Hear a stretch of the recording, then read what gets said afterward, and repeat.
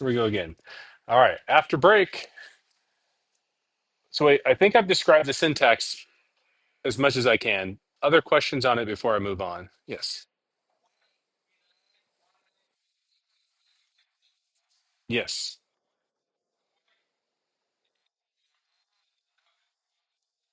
That's it. Exactly. What we have to do next is figure out what JAGS needs from us to run this analysis, right? And so Y right here is one of the things that JAGS needs. The other thing we specified was R, which is this hyperparameter of the Wishart distribution, and DF, which is another hyperparameter of the Wishart distribution. But after that, we haven't defined anything else. So that's where we have to prepare our data. So here, the next step is to create a list object in R where each element of the list is named what your name of the variable is in JAGS, right? So here, Y, literally just capital Y, is what I'm going to be defining as the two variables in the analysis, performance and usefulness. So when I do that, I have to make note, got to remember, hey, which one was performance, which one was usefulness, so that my label in JAGS is right. And what I have here is the first mean corresponding to the first column should be performance, and that's what shows up in when I select those variables in data O2. Performance will be the first one if I list it first. Come on. Right there, right? Lists it first in the parentheses. The other thing I note is the loop I have here depends on n, the number of observations. You'd think that JAGS would make it easy to do. There may be a function in JAGS to figure that out already. I don't know what it is, so I just named it and put it to JAGS. It's just the number of observations in our data. And then finally, again, not going overboard into what it means, but the DF hyperparameter for the Wishart distribution should be greater than or equal to the number of variables in the covariance matrix. In our case, 2. When it's equal to the lower bound, it's sort of an uninformative prior. That's the main. So I'm putting that in as uninformative, mainly because I'm an uninformative prior type of person unless I have to be informative. Okay. And then finally, the R hyperparameter is this weird. I don't even know what it's called as a hyperparameter. It's like a covariance matrix. I'm giving it a diagonal matrix of 2. Remember, a diagonal matrix for 2 has it's a 2 by 2 matrix where ones are down the diagonal, zeros are off diagonal. Really, it's an identity matrix. So this should be an uninformative prior. So any questions on JAGS data as we start? The next thing we need to do then is name the parameters that we'd like JAGS to keep track of. First of all, JAGS keeps track of everything, but it doesn't automatically give us everything in our Markov chain. We have to go and limit the Markov chain to the parameters of interest. Here, I'm specifying it to be the mean of usefulness and performance, the variance of performance, the variance of usefulness, the covariance, and the correlation. Oh, that means when we look at our Markov chain and it comes out, terms like omega and sigma will not be in it because we didn't ask for them. Okay? So the other part of JAGS that's a little bit frustrating is you got to name everything that you want to see on the output as well too. It takes a little time. This is not a list. It's just a what we call an atomic vector of R of just of characters, a string. All right, how we doing? The moment of truth. We then use the JAGS function. Now there is another function in JAGS, in R to JAGS, which is parallel JAGS. I'm not doing that here because parallel JAGS doesn't show you as much information about the chain, and these models don't take long to run.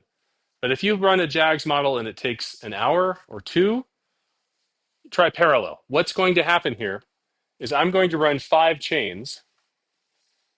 Remember, I'm using 5 chains because it helps me get a sample of between chain variance better to help understand convergence. I normally use 4 or 5. Today is 5. What it's going to do is it's going to run one chain. It's going to take 6,000 iterations with the first 1,000 discarded as burn-in. It's going to keep all iterations after burn-in. That's what this says. So you can think about it. Each chain has 7,000 total iterations. So what this is going to do is run chain one, 7,000 iterations, and then go back to the start.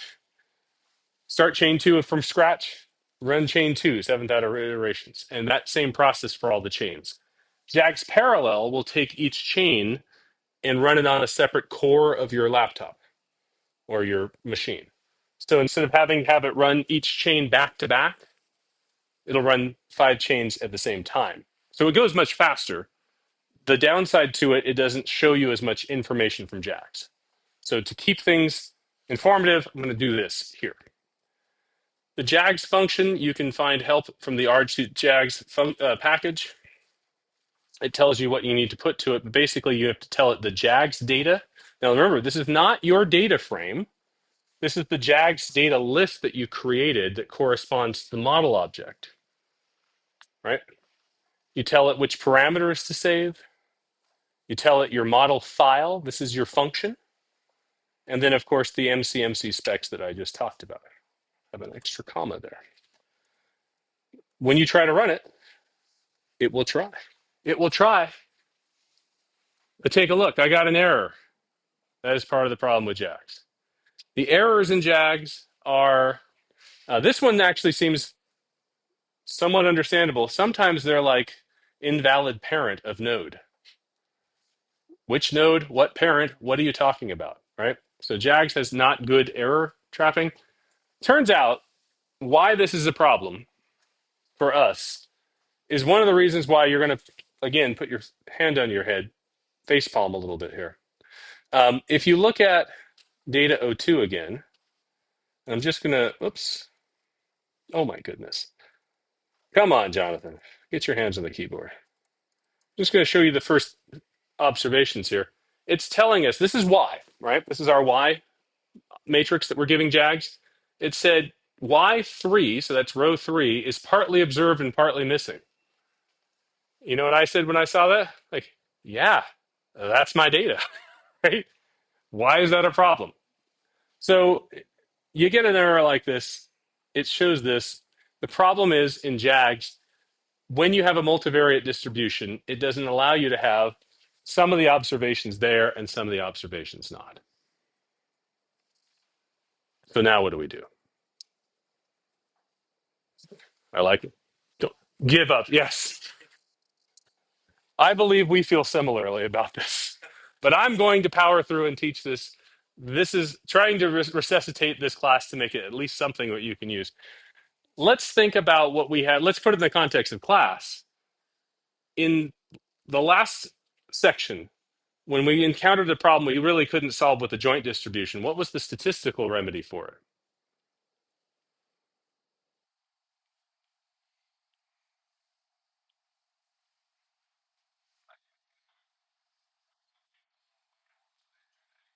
Well, unfortunately, not in this case, because this is the joint likelihood, and it's telling us it can't have some that are missing and some that are observed. What is an equivalent formulation of a joint distribution? Let's see if I can ask the question better. In conditional times a marginal, and Enders called that the factored regression approach from before. So what we can do is create a different model that's equivalent to this using univariate distributions in a factored regression, and then get JAGS to work. And therein lies the massive roadblock. Because joint distributions, particularly when it comes to multivariate normal, particularly in the SEM framework, are what we normally use, right? We saw that in Levon. That's why you had to specify so many covariances, right? In JAGS, we have to break it down into factored regression. But before I do that, I want to show you what it looks like with the complete cases real quick, because I want to run this as we do. So I recreated the data to only have complete cases into this data O3. Now remember, if you're taking a missing data class, you realize this is not a good idea, right? This is omitting all the cases where anybody, this is case-wise deletion, not even like list-wise, right? Well, there's only 2 variables, so I guess whatever. I then put that in a different JAGS data list where I have data O3 here now. And now I'm going to try running this. Actually, I noticed I went to 4 here. I must have had a typo before. All right. So when I run this in JAGS, here's what JAGS should show you. This is what it should look like. It says compiling model graph, figure things out. It talks about how many observed variables you have and how many unobserved and the total graph size. So this is an interesting way of looking at things. The idea for, just going to look here. The unobserved stochastic nodes in this case corresponds to the size of your data.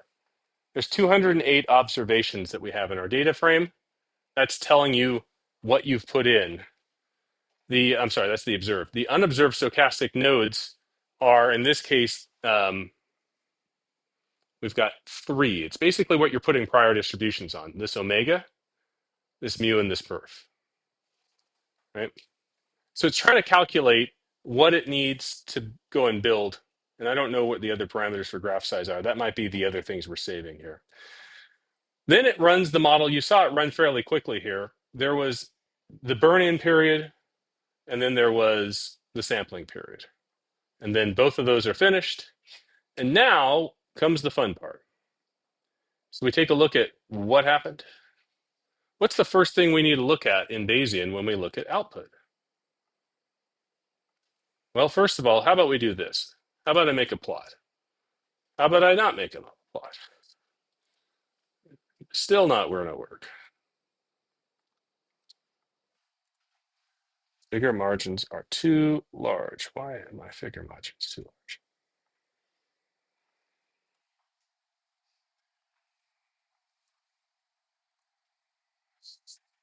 large? All right, we're almost there. There we go.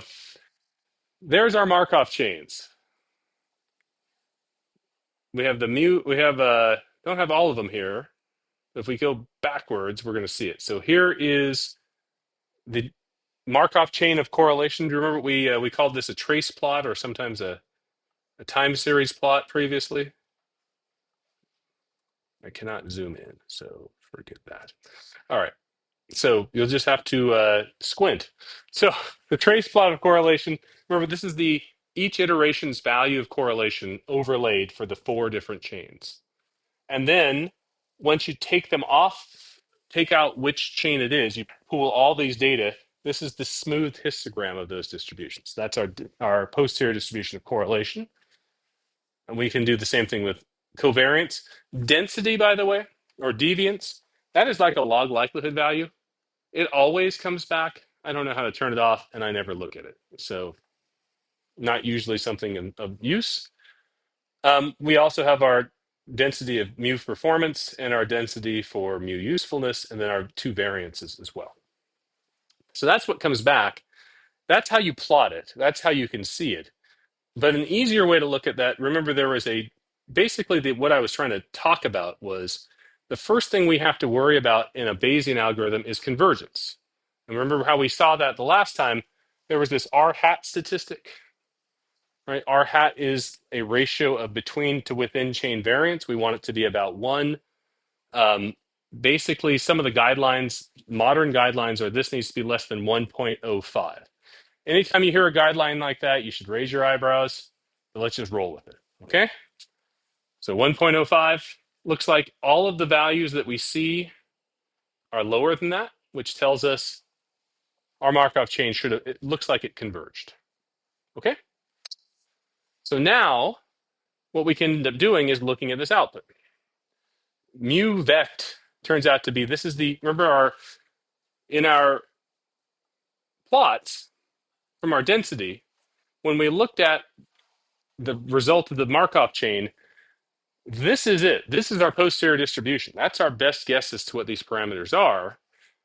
What we had to do is summarize that for our parameter estimates.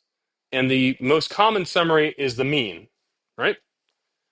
Otherwise called the EAP estimate, which I think I talked about last week.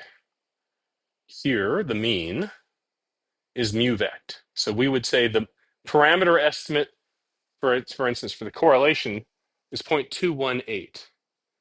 That represents the average correlation for every iteration across every chain, right? So this is what we would report. Correlation between these two variables, 0.218. We also see that the standard deviation of that is 0.066.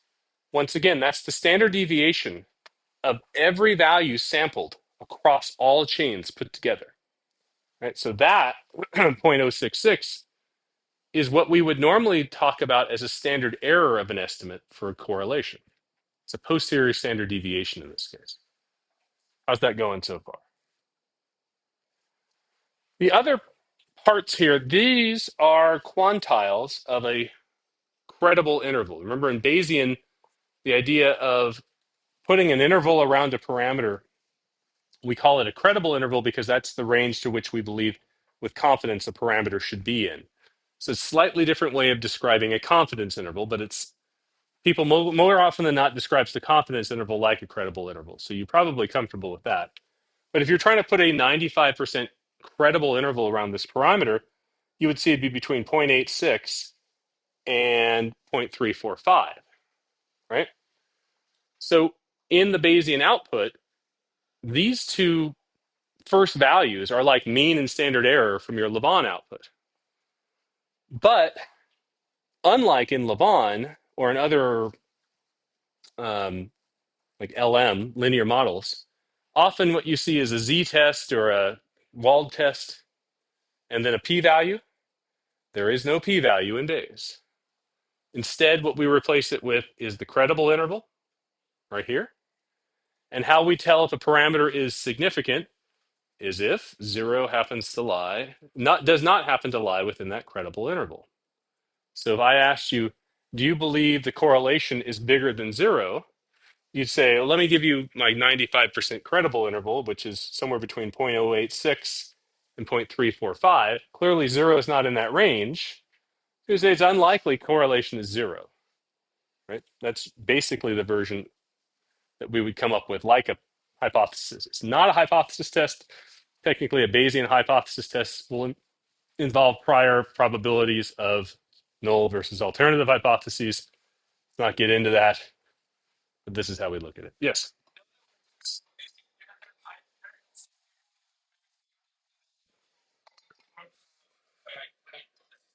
Yes. Outside the scope of class.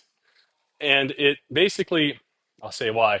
It's complicated to calculate. You have to basically calculate, integrate over the other parameters in an output. And with the exception of very small cases, like very small models, Bayes factor seems to be very limited in application. So if you're in a statistics course textbook example, you could probably come up with a Bayes factor. But in a larger data analysis, they're often impossible to actually generate. So, or I wouldn't say impossible. I'm not familiar with how to do it.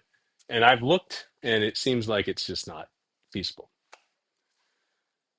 Um, so the other part I want to note is this NEFF at the out here. That is the effective sample size of your chain. So remember, why is it effective? Well, first of all, what's effective sample size? Think of it this way. If you have an autocorrelation in your chain, meaning that the next draw has a correlation with the current draw that's non-zero, then you don't necessarily have 2,000 or 20,000 independent draws, right? Because there's a correlation there.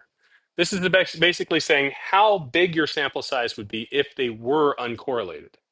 So it tells you a little bit about how much information you're drawing upon to provide these numbers, right? The bigger the value, the better it is. In very complicated models, you'll see that an effective sample size will be very tiny sometimes. So it tells you need to run a longer chain, basically, to get better sampling.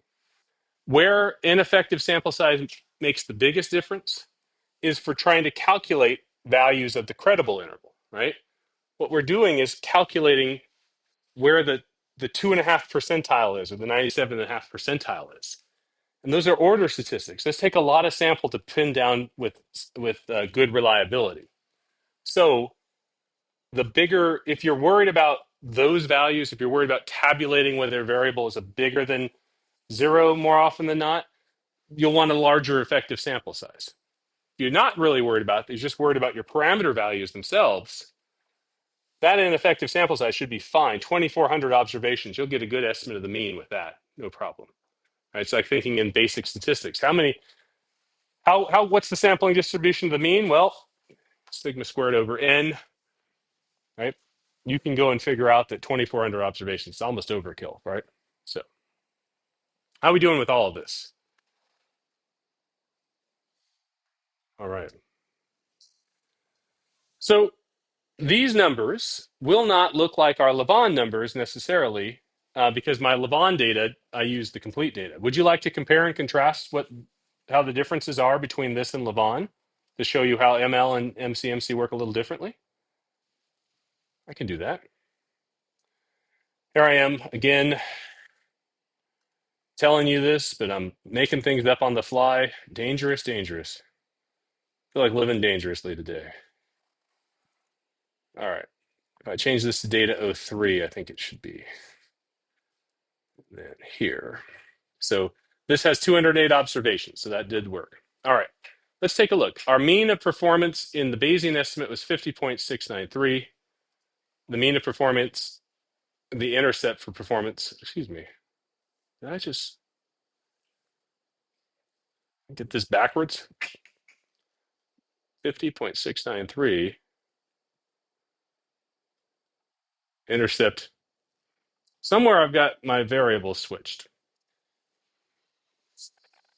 But 50.76676 is the similar mean in Lavon. The other thing I want to note is the posterior standard deviation is 0.176, and here it's 0.174.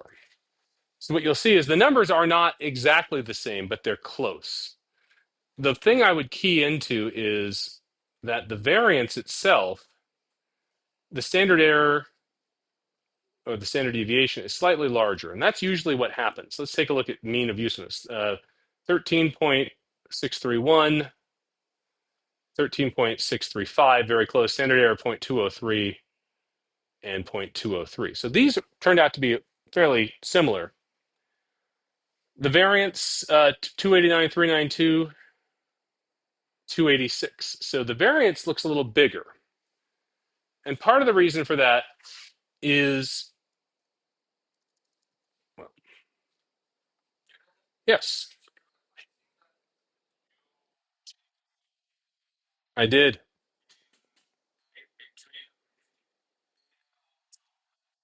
03, didn't I? Thank you. Here, I'll just rerun this real quick. All right, there we go. This should go a little bit better.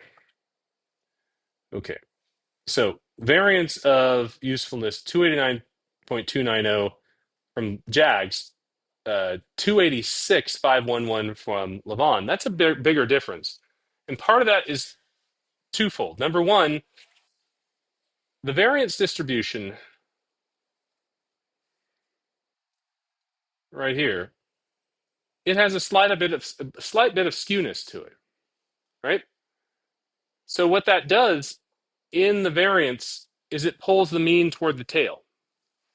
So our EAP estimate of the mean for the variance is inflated because we're using the EAP estimate. Alternatively, if you look at the median, 287.394, that's closer to our point estimate of 286.511. Now, the median is also pulled remember in basic statistics, mean median mode, what happens to each when you have a skewed distribution? The mean is most susceptible to the skewness, median is second, and then the mode is last. This MLE is like the mode of the posterior distribution, right? So what I'm trying to indicate to you is that our variances will look different just because of the nature of how we're summarizing the posterior distribution first. So, second, the other thing I will note to you is that what happens in, maybe not in Lavon, but if you use LM to estimate each of these models for performance or usefulness separately, like a straight linear regression, oftentimes the variance in Bayes looks bigger because it's sampled. Sorry, standard errors for the fixed effects, the parameters, look bigger because they depend on the variance. And in JAGS, the standard errors, the standard deviation looks bigger because this variance is sampled. Whereas in the linear model, in linear regression, it's profiled, estimated as fixed. And the covariance matrix of the parameter estimates uses that fixed value. So there's subtle differences between the numbers.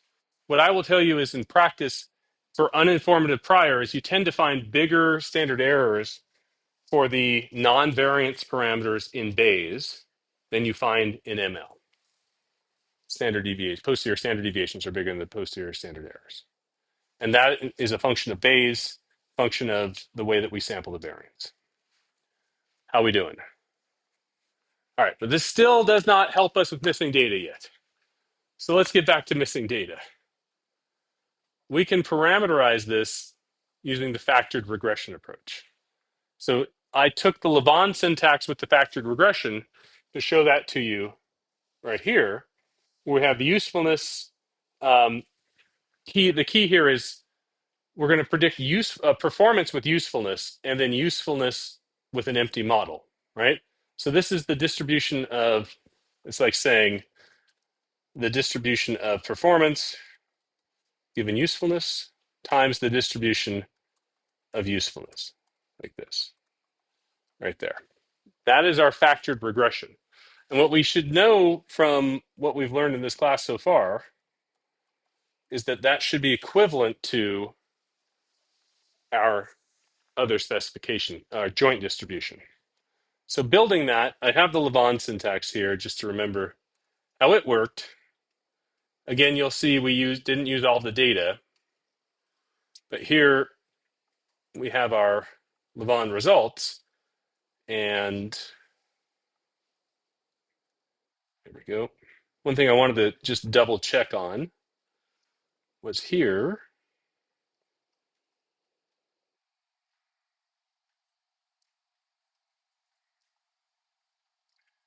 Let's see.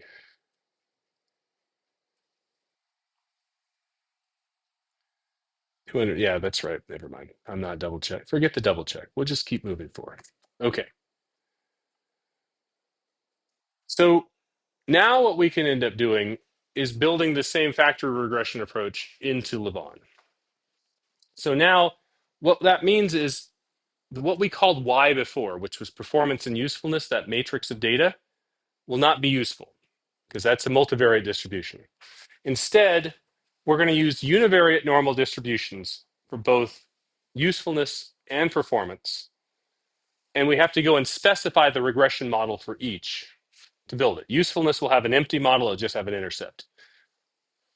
Performance will have intercept plus slope times usefulness to build it. So here, going forward, the mean, we'll start with the model for usefulness, the empty model, right? So here I'm going through all my observations again. Usefulness is my data. Let's start with it. And I say my data follows a normal distribution where the mean of it is equal to the mean I'm going to define. And the precision, not variance, but precision, is some parameter I'm estimating. So far, so good, right? So now mu use, that's the mean. You'll note I specify this per observation. That's basically a predicted value for every observation. I don't have to do this with a univariate piece of data with an empty model because everybody's going to have the same expected value, but I'm doing this because it's going to continue through everything that we do, all right, when we go to predictors. So here, the usefulness intercept is really the only thing in the mean itself, okay? So then what I need is I need a prior distribution for the intercept. I'm going to use dnorm again. I'm changing the code slightly this time because I want to show you that you can actually define the hyperparameters as pieces of data that give to JAGS. This is useful because if you have to change your prior specification, instead of having to redo the whole JAGS model again, you can just change your data as input, right? So here, I'm going to specify the same value of 0 and 0.001. I'm just going to do it in the data list and not in the JAGS code itself. Okay? This is my way of condensing the things I'd teach you if I was teaching you just about JAGS. Second, now in a univariate normal distribution, we are estimating this variance or this precision. And now we got to pick a prior for it. Turns out the prior distribution for the inverse variance that is often used is something called a gamma distribution, right? Have you heard of gamma before? Maybe, maybe not. It's like stat trivia in here, right? Oh yeah, that's a Wishart. That's a gamma. That's a Cauchy. I think that's going to be on my pumpkins at Halloween next year. Gamma distribution.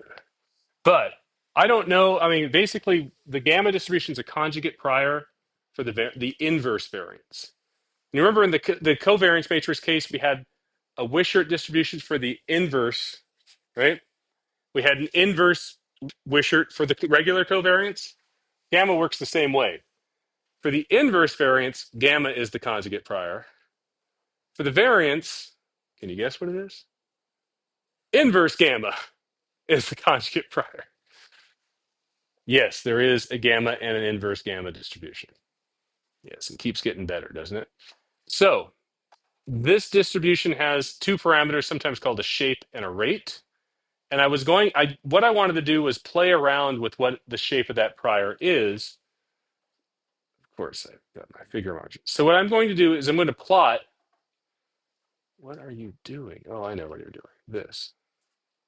This is a graph of values of a parameter by the likelihood function for given values of the shape and rate as you go through. And what you'll see, what we're looking at here is how informative this prior happens to be.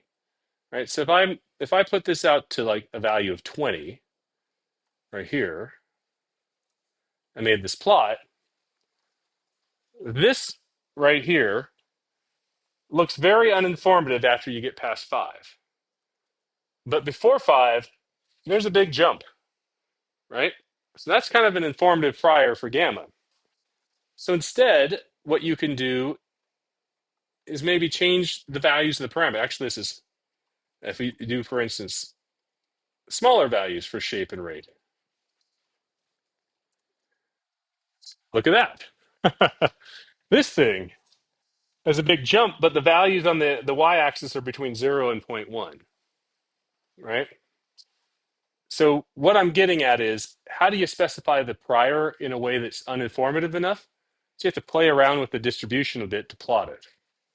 And even then, this may not work out too well. So I'll describe what we're going to use. We'll play around with those numbers in just a bit.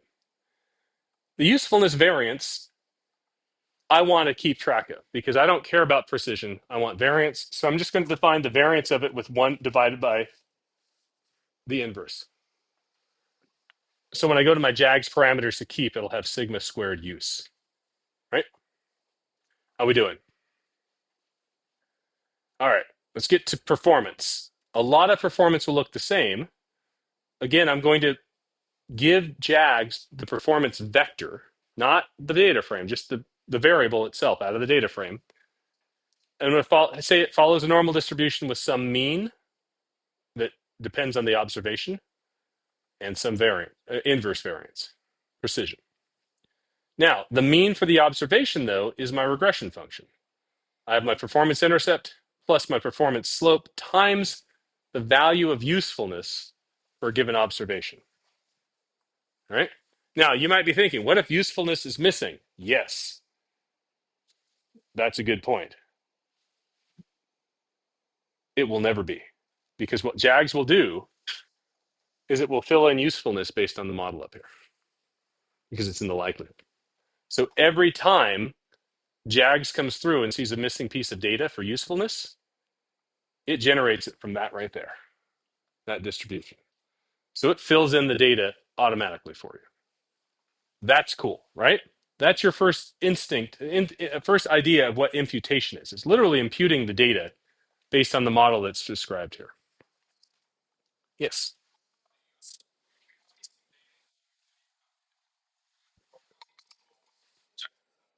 You mean performance? Use. So if usefulness is missing, there's your model for it right there. So every step of the chain, when you come to an observation that doesn't exist, it's NA. You already have a mean usefulness intercept, right? It doesn't depend on any other variable. So that value is there. So it generates a value from a normal distribution with that mean and that inverse variance, right? It's not going to be a great, there's nothing predicting it, but you're filling it in from basically what the model thinks its distribution should be. I help? So that's the key here. The big difference is we specify our regression line. And if you ever wondered why Lisa calls this the model for the means in her classes, because it literally shows up in the mean spot of the distribution. That's why it sits there, right? We could make a model for the variance too if you wanted, but we don't need to do that here. I'll leave that for a different time. Okay, but now we need to specify prior distribution for each of our parameters. We have the intercept, which will follow a normal prior. We have the slope of usefulness, which will follow a normal prior. And we have the precision, residual precision parameter, not a variance, but a residual variance, right? Like an inverse residual variance. That will follow a gamma distribution, just like usefulness. And again, we'll save the variance side of it. But you'll note each of the hyperparameters are now variable names, so I have to specify a lot to put those into JAGS. If this looks tedious, yes, it is. Wait till we get to the next syntax. I'll show you how to shorten that too, using empirical priors. So I'm like throwing all Bayes into, like I could teach a whole semester. Well, I do teach a whole semester on Bayes, a little bit of psychometrics in it. I could do the same thing. I'm trying to do the same thing and shorten it here. Any questions on the syntax that I built for this factored regression version of this model? No questions. Love it. Oh, yes. In JAGS, if you have a categorical piece of data that's missing, it will impute for it. In STAN, it will not. And in our example here, we have the female variable. It's binary that I'm going to make missing. So we were able to specify a distribution for it and estimate it. So what actually is happening is those missing observations are like parameters in our model because they're being sampled. They're being estimated. In STAN, every parameter has to have a continuous distribution because it uses this Hamiltonian process that relies upon first derivatives of that distribution function. And if you don't have a continuous distribution, if it's a step function, there's no first derivative defined. So STAN will not do that because STAN only runs in Hamiltonians. There's no way of implementing different algorithms within STAN. So that's why my choice of JAGS for this class was to give you the best chance of handling data where you weren't assuming everything was continuous. Okay, yes. Yes. The two before performance and usefulness. Turns out in the model itself, this slope is a function of the correlation. So this is actually a saturated model. That's the other thing I'm going to tell you about this. How do you tell it's saturated? You can't. Not from STAN, not from what I've given you. But what ends up happening is when you specify a model, so I draw, I can draw. Sorry for those of you on YouTube. When you watch this again, you will not see this. But if you have, let's see if I get a better pen here. Usefulness, oh my goodness. Come on, Templar.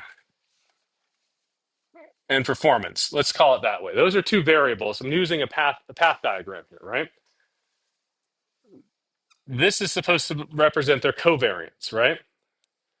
That's one way of specifying the variance, the covariance between them. Turns out that is an equivalent model to that, which is usefulness predicts perfect, right? And in fact, you cannot estimate both of these because this parameter is a function of that one. or vice versa, right? So when you think of the path diagram, if you're building this, like I don't often think of path diagrams, but it helps in this case. When you specify a joint distribution, you're specifying the covariance between the two variables, which is not directed. It's just how they covary.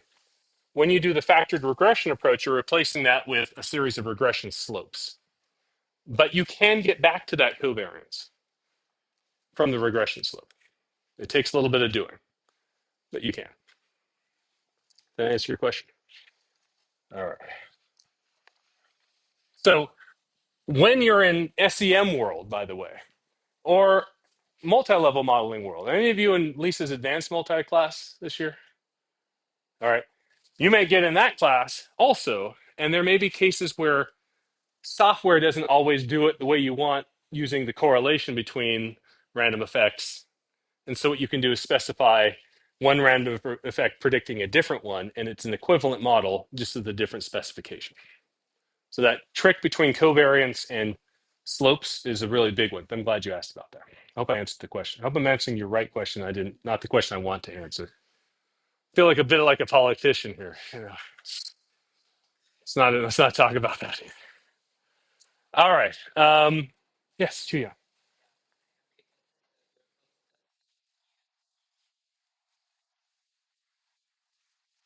Right. Yeah.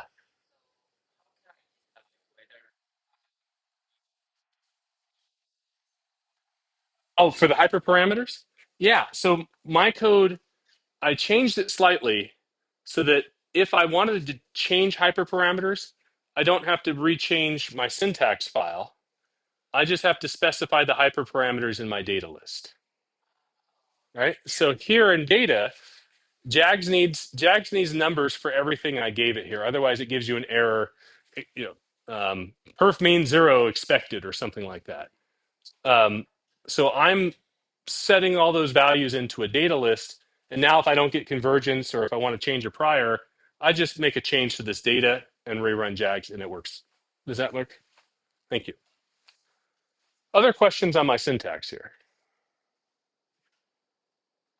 How's the pace, by the way?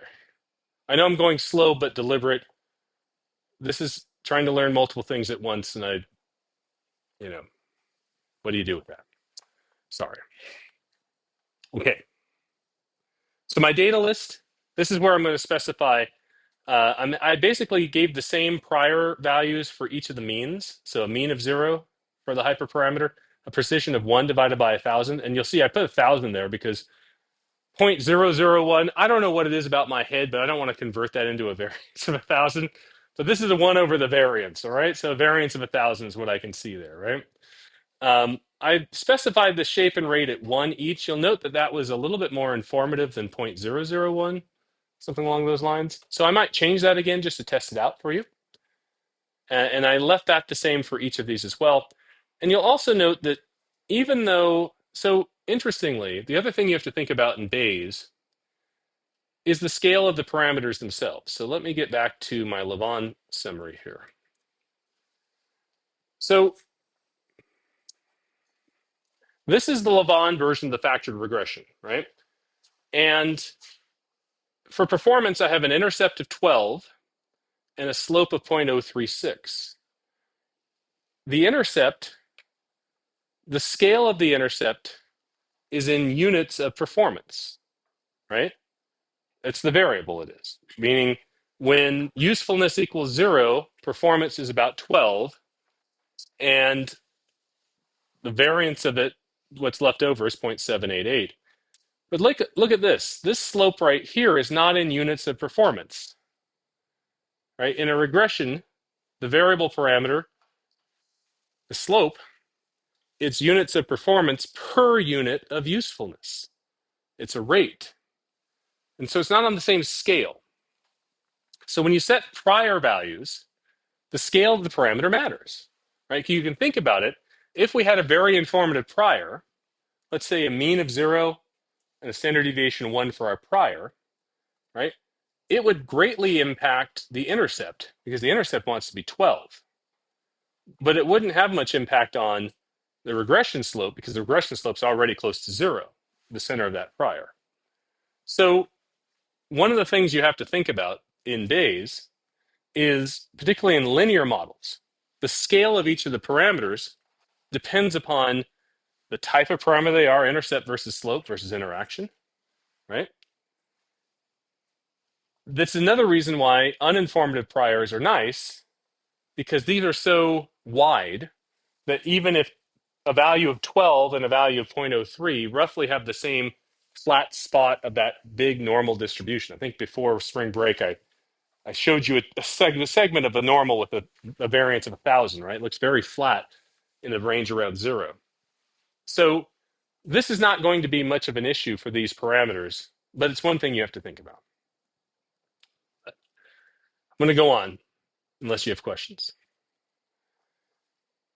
All right, now I'm going to go and output my parameters. I'm going to have my use intercept, my performance intercept, my performance use predicting performance slope, my variance of usefulness, my residual variance of performance, and then I added a couple other things here. I want to keep track of the third observation of performance and the eighth observation of usefulness. And you're like, wait, why that? Those are missing values. We are going to see how it imputes the missing values. How's that sound? All right.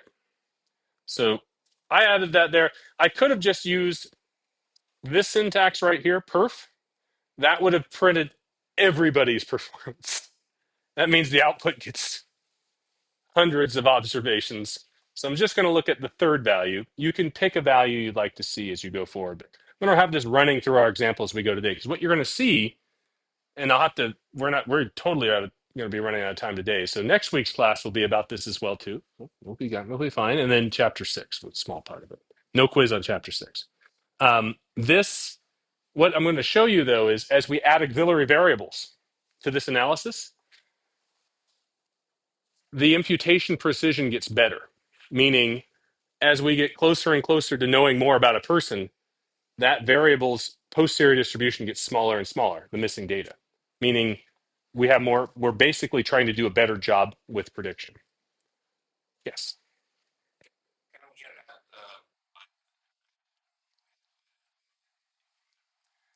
Oh, we could. Now, this model can't have an interaction as we only have two variables. In general, yes. Yeah, what we would have for interaction, and we have one, by the way, at the end of the example, but I'll just give you information here, is interaction is the product of two variables.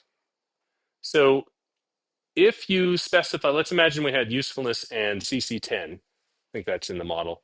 If we specified another univariate model for CC10, it imputes usefulness, it imputes CC10, and then down here, the interaction would just now then multiply both of those imputed values to build it as well. So every time the models in the data are in, sorry, every variable that's modeled in JAGS, in this case, observed data with a tilde afterwards, JAGS has a roadmap on how to impute the data. Yes.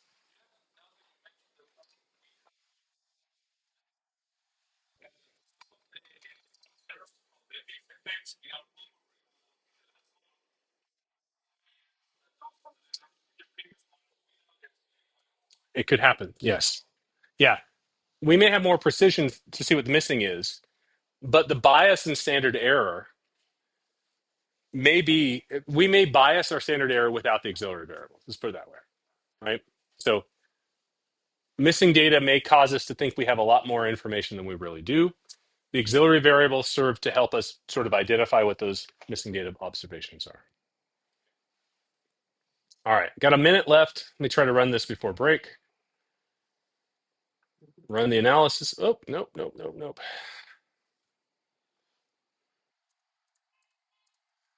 It runs, hooray. It's a bit bigger now, you'll see. We have more unobserved stochastic nodes. Those are the missing data as well too. And now, let's start with the plot and then we'll move to everything else. Again, I know it's break time. Come on, why aren't you moving up here? There we go. There we go. These are a plot. But one thing I wanted to show you is here's the 8th observation of usefulness that was missing. And there's its imputation, right? So you're going to say, what was person eight's value of usefulness? What did we think? Well, I think the scale of usefulness went from 0 to 100, and we think they're somewhere along the whole scale. We don't have a lot of information for them, but we can still use their value of performance to build this. Let's take 10 minutes now and then come back and we can resume the fun, if you call it that. I don't know about it. This is like one of the harder things I've had to teach because I feel like there's such incomplete information as we go on. So thanks for your being here. Thanks for your patience with me. And clearly I'm imperfect. So if you have me in your comps or your dissertation committee, remind me of that. Okay? Like I was in your missing data class, Jonathan. Anyway, um, thank you for your patience. The first time through in teaching a class is always difficult, and I found this to be the most difficult. So I know this isn't going as well as I expected it to be. I hope that we can salvage it and get you something out of it, though. Okay, let's get back to where we left off. I was looking at the output of the model we just ran, where we had the factored regression approach. But you'll note we were able to use the full data that we had, so long as we had cases with some observation in it. And I always say some observation in it. I actually believe, go a step further here. When we go into our data file here, you note that we allowed use to be in here and perf just as straight the actual variable themselves. But in my data, I made sure that nobody was missing on both of them, performance and usefulness, I don't believe. But let me double check. No, actually, I won't double check. That's okay. JAGS doesn't care.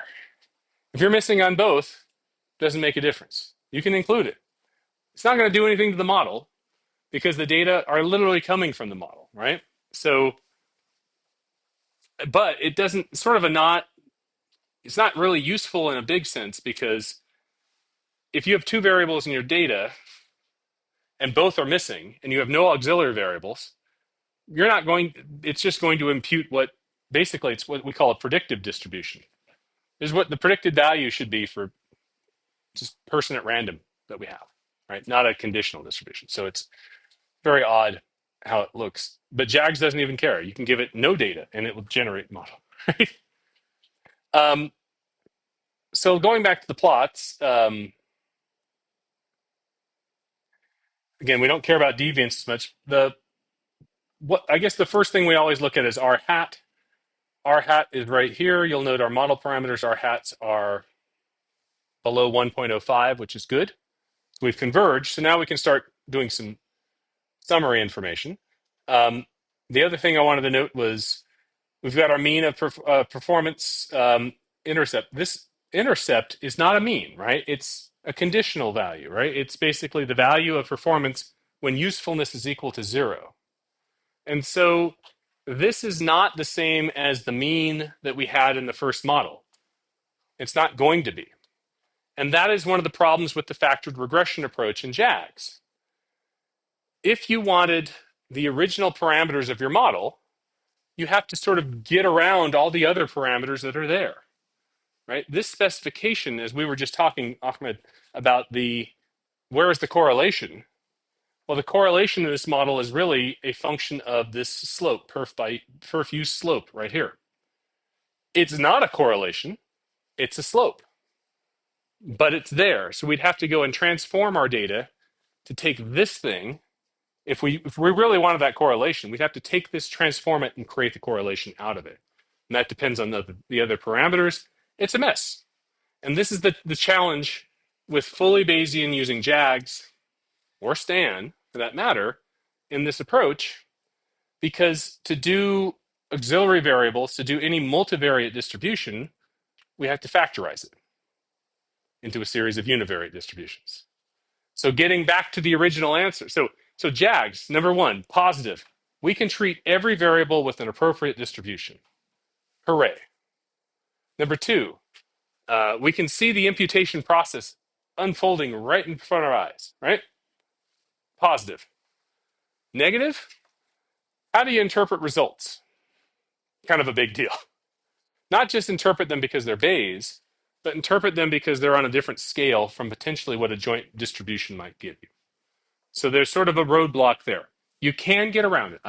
If you're going to use JAGS, I can give you more information for it. But for me to tell you that would probably take another week of our life. And I don't know how many of you are probably going to use JAGS in this. Probably not many.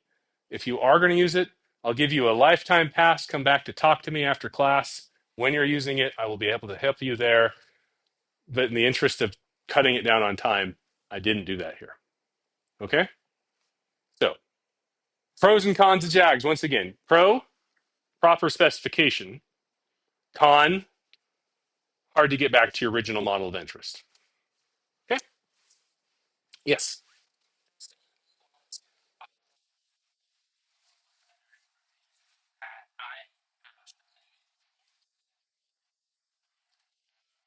You can include it in JAGS if you want. Can I show you? Do you want me to? So, well, I shouldn't do it.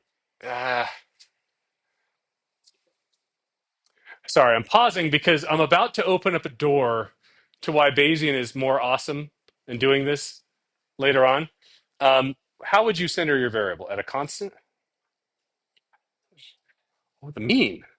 That's a very special constant. So how do you know what the mean is? All right.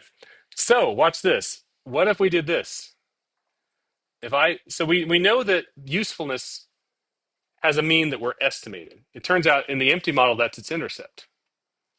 I could go down here and mean center usefulness like that. And so now I'm not centering usefulness at a fixed mean because the fixed mean may have some missing data involved with it. And we don't know that that's the point estimate we want to use. But now I'm using it in the model as its own sort of mean centered version of this. If you think about this from let's see those values real quick, from a bigger perspective. So now that slope doesn't change a whole lot. It changes a little bit, but there it is. There's your mean centering. But yeah, you can do that as well too. You could also center it at a constant, right? So we could come up here and let's say 10 or something like that, right? And so if we did that, oh shoot, you would again, well, it's not changing anything. Well, I may be off on this. It's hard for me to do, but yes, you can mean center as well too. Why I'm saying this opens up a door that I may not want to go down is a lot of times in multi-level models, mean centering, cluster mean centering. Uh, well, cluster means a level two, but within cluster centering, like within person, those types of centers. Um, if you have longitudinal data, at least it talks about like person mean centering and so forth. Those person means are parameters as well too, and in Bayesian, you can estimate those parameters themselves. And that starts you down a path toward a multivariate specification of a multi-level model, which a lot of people in social and education science would more call a multivariate, multi-level structural equation model, the MCIM. So if you're in Lisa's advanced right now, she may be talking about it. The Bayesian specification of it goes a bit further, where you can allow the means that you're centering with to be parameters as well too. And that actually it sort of implies another type of model. So your question opens a door to a whole lot of interesting ways of doing data analyses with Bayesian statistics that I think are cool. But that's because I study methodology. But if you're trying to publish a paper on it, it's going to be harder to do. That work? Thanks for your question. All right. Of note, though, I will say this interestingly. So you'll see that this missing data that we have, the eighth case for usefulness. Remember, usefulness was the variable that was not modeled, right? It was, well, it's modeled, but it's an empty model, so it's just right. The mean of it's very close to the mean of the parameter for the intercept, which is what we would expect. As we run the chain longer, these two should be the same. This is literally drawing from that univariate distribution. The same thing with performance is a little bit different. Conditional on the value that usefulness was drawn, a person's performance then gets involved as well. The thing I will mention about this is, if you read chapter 5, Enders will get into factorization and how the Bayesian likelihood will depend on only some of the variables that are observed, and he has this proportional to.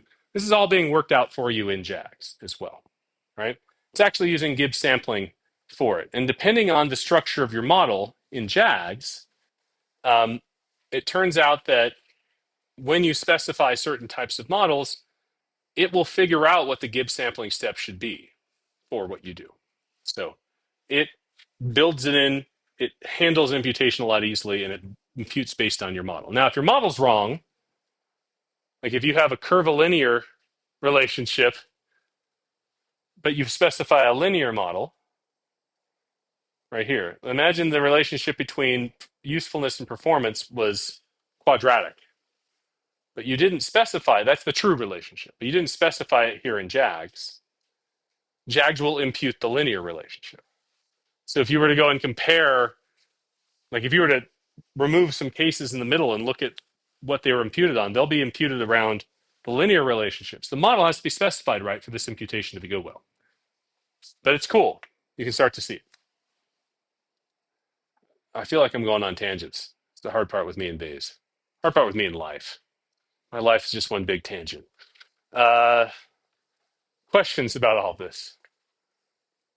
I hope you never have to teach a class like this. It's hard. Woe is me. Woe is you. Okay, should we keep going? Okay. All right. Now we're going to add some predictors.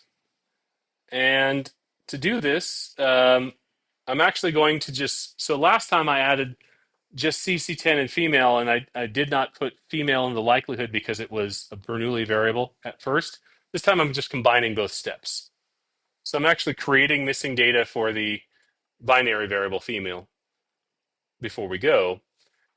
I'm showing you the example in Levon. Of course, I renamed it afterwards to fix this and upload it as I'm done. And so you'll note that my variables aren't in my likelihood. So again, 130 cases were deleted. If anybody was missing either female or CC10 or both, they're out of this analysis, right? And so there's my summary for it. That's the model. Let's go build that into JAGS, okay? So here in JAGS, we just have to take our previous model that we did before and now specify it where usefulness has an intercept and is predicted by female and CC10, right? Now, I will note one thing. This analysis model here does not have those exogenous variables in the likelihood function. They're treated as fixed. And when I do that in JAGS, it's not going to like it, right? It's going to complain about missing data because they're not we don't have a specified model for female or a specified model for CC10. So that's going to be a little bit of an issue. But the bigger thing is the distribution for the data is the same. I've just changed the mean model to include the intercept and the two slopes multiplying those variables, right? Now, I'm going to show you another prior step to make it a little bit easier to not specify hyperparameters for every single distribution. This is a fairly well understood shortcut, but it's a shortcut nonetheless. I'm going to use what's called an empirical prior on the regression rates. What I mean by that is I'm basically saying I have three regression parameters here. I'm going to say each of them follows a normal distribution that has the same mean and some same, in this case, precision parameter, right? Those parameters I'm going to estimate in the data. So really what I only have to specify are the hyperparameters for the prior means and precisions. Now, why I'm doing the shortcut, again, is I'm condensing all the things I teach in Bayes into one lecture. But the empirical prior specification basically says, oh, I don't really know what to use for a prior for these parameters, but I have more than one of them. So I could estimate an average value, and I can estimate a variance of, well, there's only three, but the variant, I can still estimate a variance. So why don't I specify their prior to use their, what I think their mean is, and what I think their variance should be. In this case, it's the precision.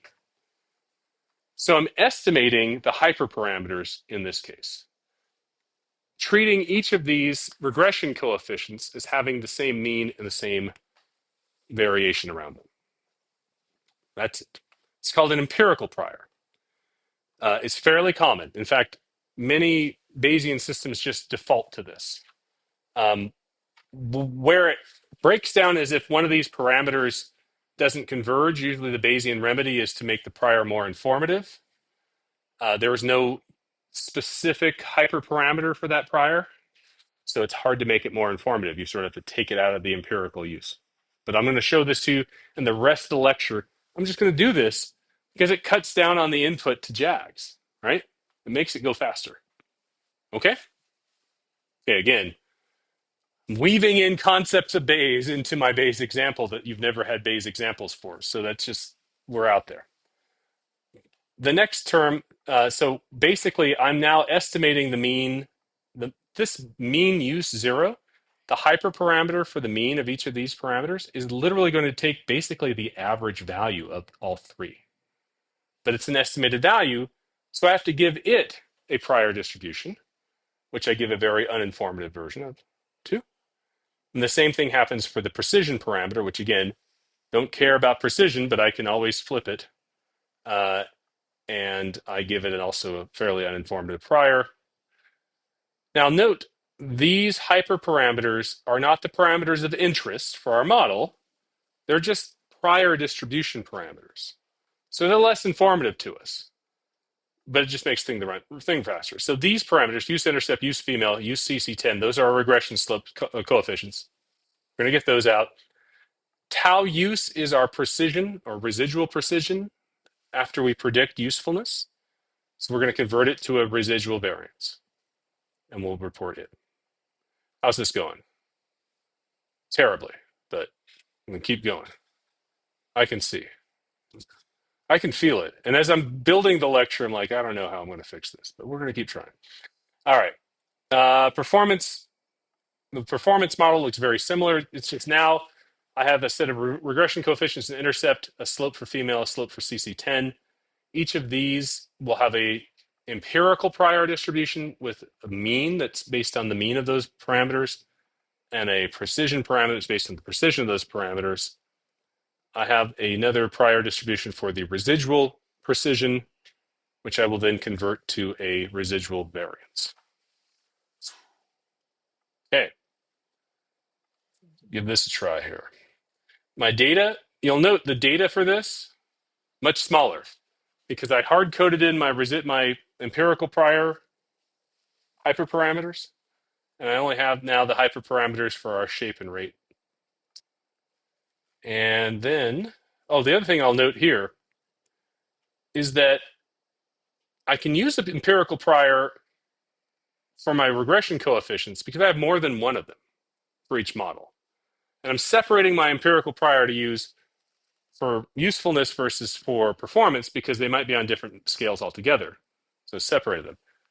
But I can't use an empirical prior for this tau use residual precision parameter because there's only one, right? In the empirical prior, the data that gives you an estimate for use mean are these parameters. So if you're estimating a mean, you got to have more than one parameter to get your mean. One of the right, and same thing with the precision or variance. Because I only have one, I still have to specify its hyperparameters. I can't go and make an empirical prior for it. I guess technically, if I wanted an empirical prior, I could probably find one with tau use and with tau perf, but it seems like they're going to be on different scales altogether, so I didn't. Questions on the syntax? No questions. All right. And there's a problem. I just mentioned the problem before. These are all the missing observations. JAGS is so nice. It's like, yeah, here's my problem. I'm going to tell you all of them. So now we have to bring the variables into the likelihood to get JAGS to run. And that's where we can now specify them in the likelihood function itself. So now we're taking each of our predictor variables, exogenous variables, entering them into the likelihood and building a model with it. I'm going to do a very naive approach to this model first, entering into the likelihood. Now, we saw on JAGS before, when we put a pair of variables into JAGS, we can't use a joint distribution for them if either of them have missing data. So I have to specify univariate distributions for each of these. And I'm going to do that in a naive sense first because I'm not linking those distributions together, right? This is like taking a factored regression approach where I'm saying f of female and CC10 is equal to f of female and f of CC10. The only way that that happens is if you assume female and CC10 are independent. That means I'm not specifying the right joint distribution here. We can't go and guarantee it. We're making an assumption they're independent. That's not a good assumption. I'll fix that in my next step. But just note right here, I'm going to show you how we put them in. This is not a saturated model. That's what I'm saying. Okay? JAGS won't tell you that.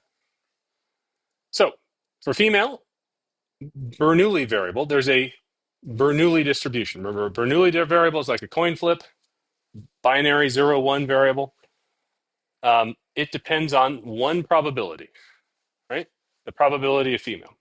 So I'm going to estimate this probability parameter. Bernoulli distribution for probability, that parameter is a probability, so it is between 0 and 1. So I have to pick a prior distribution that follows that. Between its range is 0 to 1. Turns out there is a prior distribution called beta. Everybody hates beta. Beta is the most complicated thing. How many of you have done math stat before? Maybe. They ever make you derive beta distributions or show that? It's like the hardest part of like intro math stat is like, oh, show that this distribution is beta because beta has all these integrals. It's nasty. So it's even worse here. However, when you put hyperparameters of 1 and 1 in beta, it becomes uniform. So it's the most uninformative prior there is. So there we have it. So P female is the probability any observation is female, is a 1. CC10, on the other hand, is continuous or plausibly continuous. So I'm going to use a normal distribution for it, estimate its mean, estimate its precision or variance. The rest of the model is the same. So what's JAGS going to do now? It's going to come to female first, and if a female observation is missing, it's going to impute it as a 0 or 1 from a Bernoulli distribution based on the current estimate of the probability in that chain. So if we have 50% female in our sample, and at that one step of the chain it's 0.45, well then the probability that observation is female is 0.45. Right? You can see how that works in the long run. CC10 it will get to, and it will draw it from a univariate normal distribution with a mean equal to what the mean is at that current step in the chain, and a precision equal to the precision parameter at that current step in the chain too. So now what it's doing is completing our data for us. And with our complete data, now it can go and use CC10 and female as predictors in everything that we do. So the approach of JAGS, when we put things, when we have missing data that are predictors, JAGS just says, forget it. I'm not doing anything. Levon, it said, oh, I'm just going to omit them. I'll take your data and throw those cases out. Anything missing is gone, right? So one works on one takes care of the data for you, one doesn't. But that's sort of how it functions. So, questions on the syntax. I love how Copilot's suggesting things as we go along. All right. So again, we have this. Actually, let's go and look at one of these observations as well too. The fifth observation. And then I'll also look at CC10 real quick.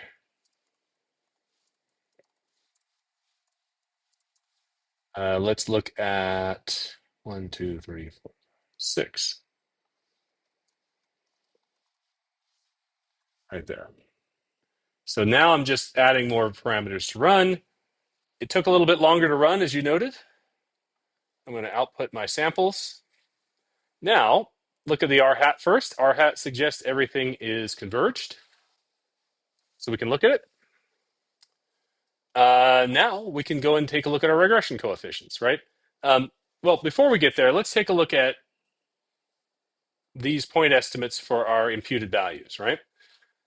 Female 5 right here imputes with basically looks at the probability of that is 0.627. So this person, number 5, 62.7% of the chains had a 1. And the other, whatever 1 minus that is, had a 0. So basically, we've determined that person's sex at random throughout. Well, that's how it works with missing data, right? We don't know what the true value is. Next, you'll note that the probability in our sample of a 1 is actually 0.658. So this is a little bit different than that. That's actually because JAGS does in the Bayes sample in the give sampling for it. The Bayes theorem for this relies upon also where female enters into the model in the other variables as well too. So because female is a part of performance, prediction performance, and predicting usefulness, those are like factors in what's being imputed as well. So it's not just that simple univariate distribution. So now, what else can we see here? Let's take a look at the performance variable. The intercept's 14. Slope for female is -1. And then for CC10 is 0.87. You'll note these slopes have quite wide differences in size, magnitude. But if I were to ask you, are they different than 0? The way you look at that is go over here to this 0.025 and 97.5 and see if 0 is in that interval. And neither have 0 in it. So both of them would be different from 0. Another way of putting that is that's like saying in your frequentist analysis, p-value less than 0.05. Right? 0 is not part of this. Now, it's not exact. If you use that language and some Bayesian comes around, they'll be like, hey, that's not quite exact it. But that's one of the determinations you want to know. Is the slope 0 or not? Our evidence suggests it's not 0 because it's not in our 95% credible interval. Now you'll note here, perf mean 0 and perf sigma 2, 0. These were the hyperparameters for each of these coefficients, right? So that's the mean of the 3 regression coefficients for performance, 4.425. And perf sigma 2, 0 is the variance of these 3 regression coefficients. So it's estimated. So it's using those coefficients means and variance as a prior for them as it goes forward. So it sort of makes the process a little bit more simple in how things run. How are we doing? So far, okay? Okay. Same thing goes for use CC10. I'm going to ask you the question here. The point estimate, the EAP estimate is 0.042. Would you say that CC10 is different from 0? Let's take a look. The lower value is negative 0.303. The upper value is 0.385. 0 is right in the middle of that interval. So we'd say it's certainly plausible that CC10 does not have an impact on usefulness, perceived usefulness of math. So this is college credit hours of math. Turns out for many students, if you don't believe math is useful, you take the bare minimum. And if you do believe math is useful, you take all of them. You're probably in a field that requires it, right? So I don't know if that's entirely the case. How about female? Does female have an impact on usefulness? Let's say negative 9.902. The range of the parameter is between negative 5.244 and positive 3.412. So no, you would say that it's plausible that there's no impact of, or no gender difference, no sex difference in this case, not gender, sex, biological sex of male and female, on usefulness. So nothing here. And finally, the last terms, use mean 0. That's the average parameter for each of these three. And you'll note 13 is its value. Well, that's because the intercept is 51. The other two parameters are close to 0. Right? So 13 is sort of the average, and the variance is 777. Huge variance. Well, what that means is if you're thinking about how informative of a prior this is, it's not very informative at all. It has a huge variance, right? Same with sigma squared for performance here too. So it turns out the empirical prior, when you have a wide range of values of parameters, ends up being fairly uninformative as you go forward. Yes.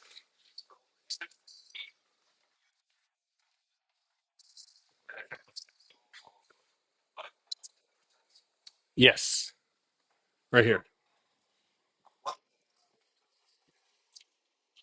What's that? What's this right here? Th- let's find out. I actually let's see if I can grab it. The package Coda is a output. It's output diagnostics, and they have an auto core function. And if I give it this right here, I think it is. It should tell us the autocorrelation for each variable.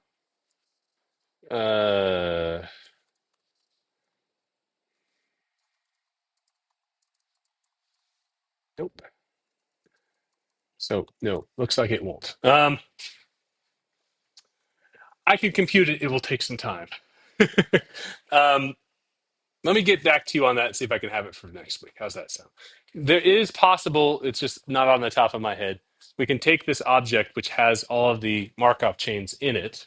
In fact, if we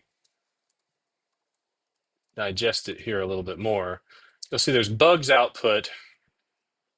And here, if I take Sims array, nope, that's not going to work. I'll give you some code for that next week, or try to. Yeah, but that is correct. I mean, what basically this is telling us is our autocorrelation will be the lowest, or be the highest, excuse me, for this parameter use intercept. And that's part of what happens in this analysis. Aha, good luck. If you'd like to standardize these coefficients, you have to come up with the standardization formula yourself. So what that happens to be, um, well, I don't have it off the top of my head, but in your model, we have all of the information to create a standardized coefficient somewhere embedded in here. Sometimes the standardized coefficients run off of residual variance, depending on the coefficient. Sometimes they run off of the full variance of performance. So we may have to go and create, from the residual variance, actually calculate the variance of performance, not residual, and then correct each of the coefficients based on that value that we correct. So basically, standardized coefficients, you have to, number one, know how to standardize them by hand, and then number two, code that in JAGS with the calculation built in. technically, I guess you could use the posterior distribution of it as well, but that gets a little weird as well too. And you know what? Would you like me to do that for next week too? Because I can do. Okay. Okay. Make a note to myself real quick here. The old brain isn't working too well right now. Standardized coefficients, and you wanted autocorrelation. There we go. All right. I'll see if I can remember. Yes,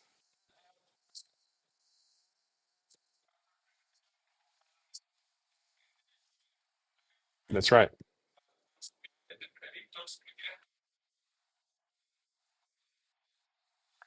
This is using factor regression here, right? And so the factored regression we're doing here actually is it looks like this. Our variables in the model are perf, usefulness, female, and CC10. And what we're doing in our factorization is doing uh, perf given female and CC10, use given female and CC10, right? And then finally, this section right here. That is what this factorization is, okay? And in JAGS, even though JAGS is filling in female and CC10, we still have missing data on usefulness or performance. We can't put them in a joint model. We can't use multivariate normal for them. We still have to keep them separate. Yeah,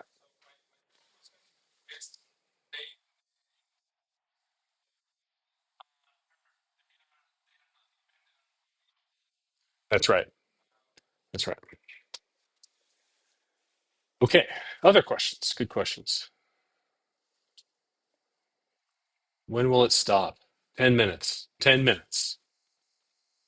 I'm channeling what I'm seeing in your faces, which is some of you are like, this is pretty cool. And some of you are like, this is ridiculous. Yes, both of you are right.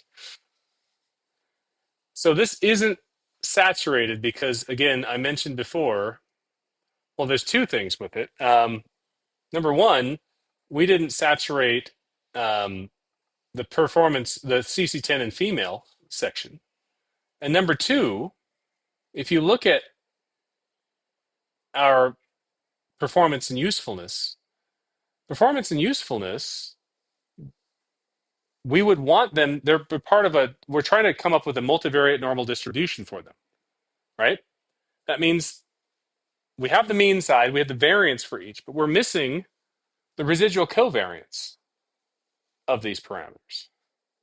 So we don't have it fully specified where we can do that. So the next bit of code tries to build that, right? Basically, our problem with this code, I think you were sort of mentioning on the intercept, but performance and usefulness right now, in our factored regression, these are treated as independent, conditional upon female and CC10. When really, what our Lavon version of this model would do would look something like this right here.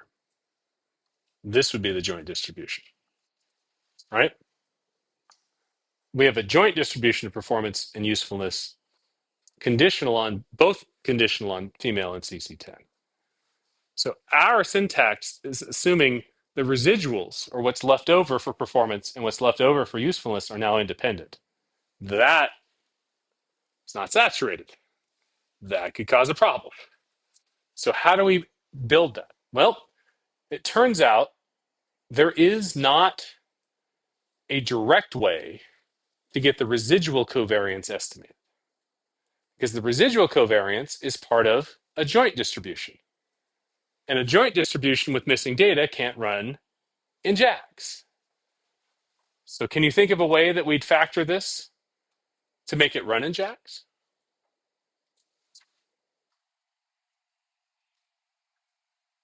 You never thought factored regression would make you think this hard, but it's true. You can do it.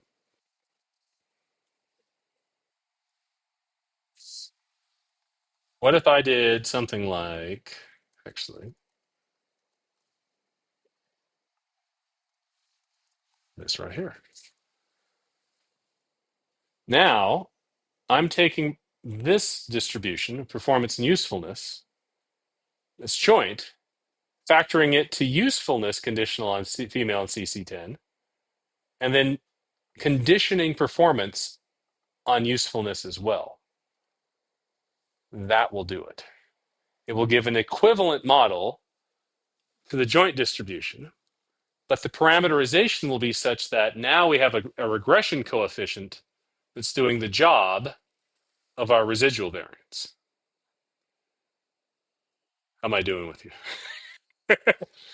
The look on your face is like, what the heck? Yeah.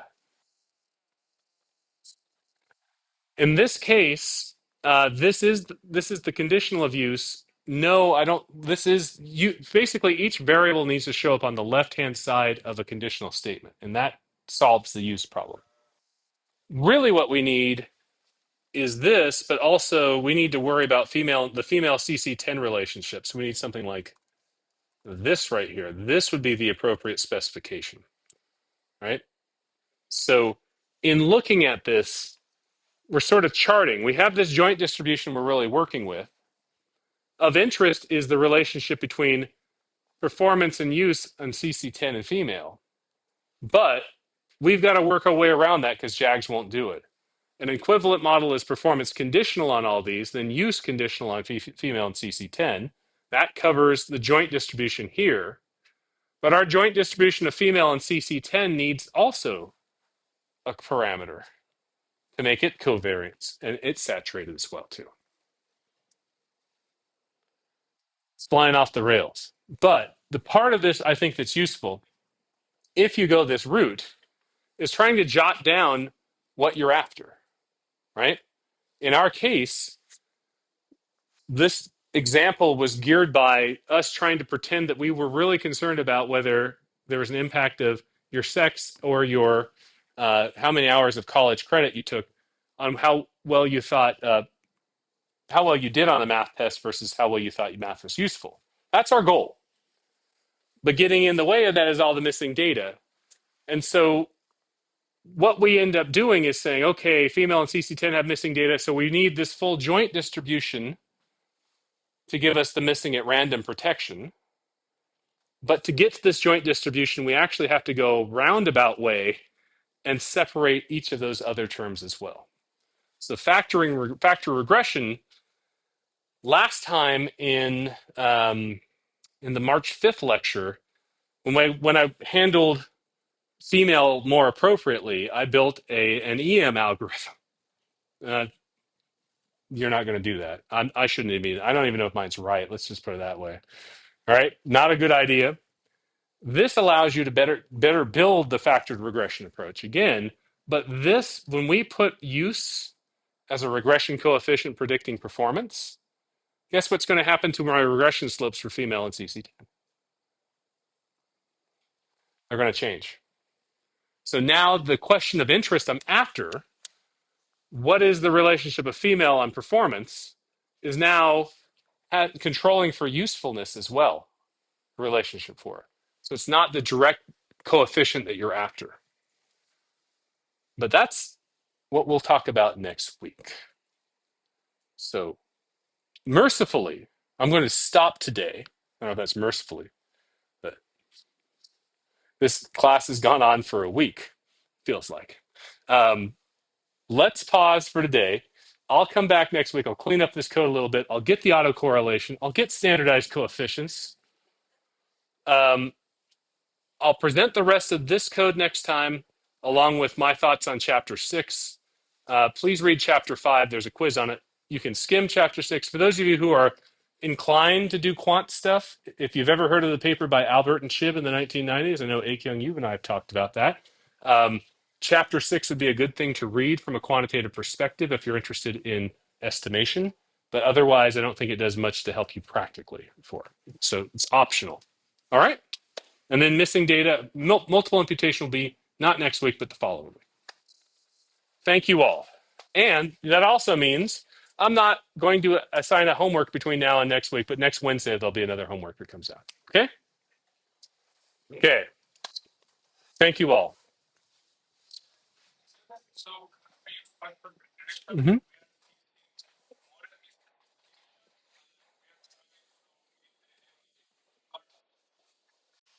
Welcome back.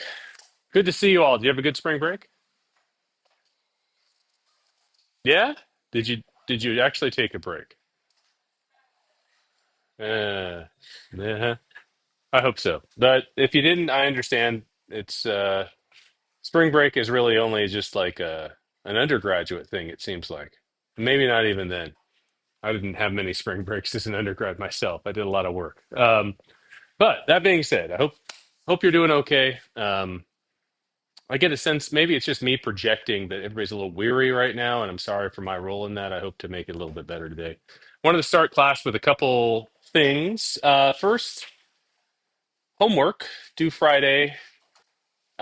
Let me tell you about why there's an error in my assignment. Many of you have emailed me.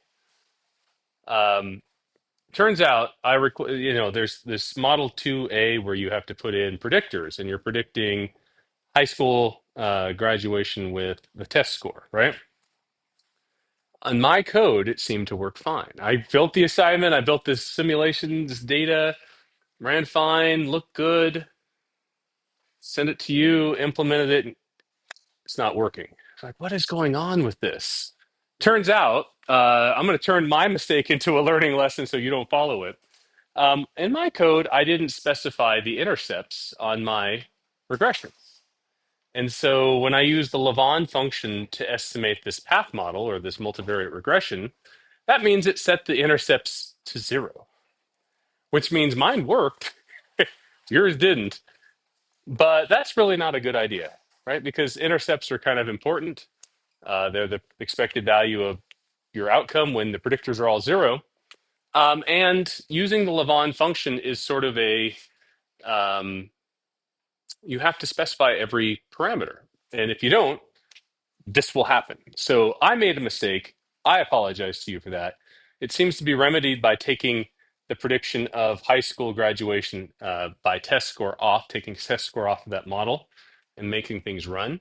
It's not ideal, but I'll have a fix to it for the next homework, the next data set that we go through as well. But that's step number one, part number one. Um, do you have questions for me about homework that you'd like to talk over or anything like why we're doing this? Why I'm making this happen? Yeah.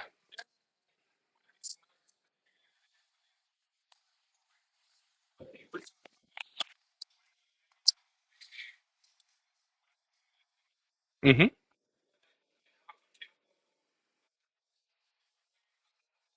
Oh, right. Yeah. Yes. That's right.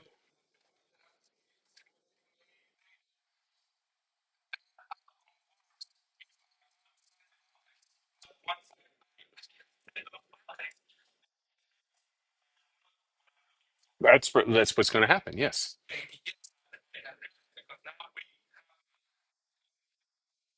That's right. That's right. Haha. Good luck. That's the funny thing about real data is that most often we have boundaries on our variables, but our models are like, that's fine. We'll just treat them as normal.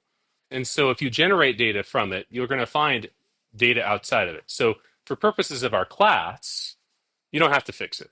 But in bigger picture, so why I'm saying that for purpose of our class, I'm looking to create, have you create a data set that you can play with your own, that sort of fits more of your data needs rather than the sort of general nature of what the textbook and what I'm teaching about is.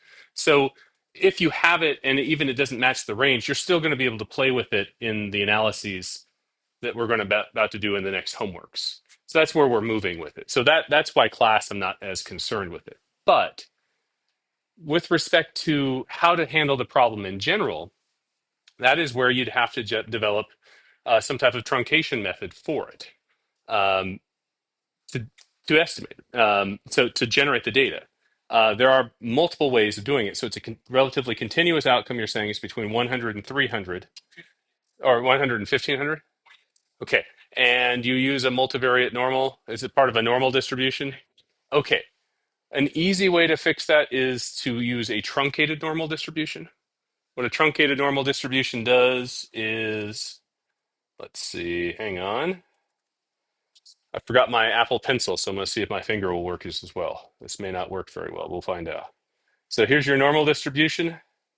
Let's imagine it truncates right there. You have all this area over here that's not being considered.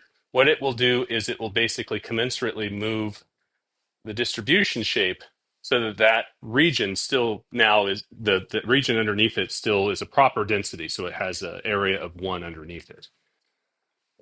Now, again, when you do that, but you estimate it with, I don't know of any package that uses the truncated normal to estimate. So when you generate your data and you look at your true parameter values and you go plug that into like Lavon, where you don't have a truncated normal, the parameter results will probably be a little bit different. But that's how it works. That's one way of doing it. Does that make sense? Hmm. Yes. Yes. Yes. Okay. Mhm. Absolutely. Yeah. Absolutely. So you would use the same approach, right? Your auxiliary variables. Let's imagine you have, just make it as simple. Outcome is being predicted by one predictor. Simple linear regression, right? Your auxiliary variables, maybe you have two of them. The same process holds. You put them in the model, you correlate them with the predictor, and you correlate them with the outcome. So the whole thing is saturated. Even though the outcome doesn't have missing data, that correlation between it and the auxiliary variables is important because in the model, at least the SEM framework of that model, if it's not there, now you have a non-saturated model that may cause model misspecification bias in addition to potentially missing data bias. So what you want to do is make sure whenever you use auxiliary variables in this SCM style framework, that they not only predict correlated with all the outcomes, but also all the predictors too, even if one or more of those variables has complete data. Does that make sense? Yes.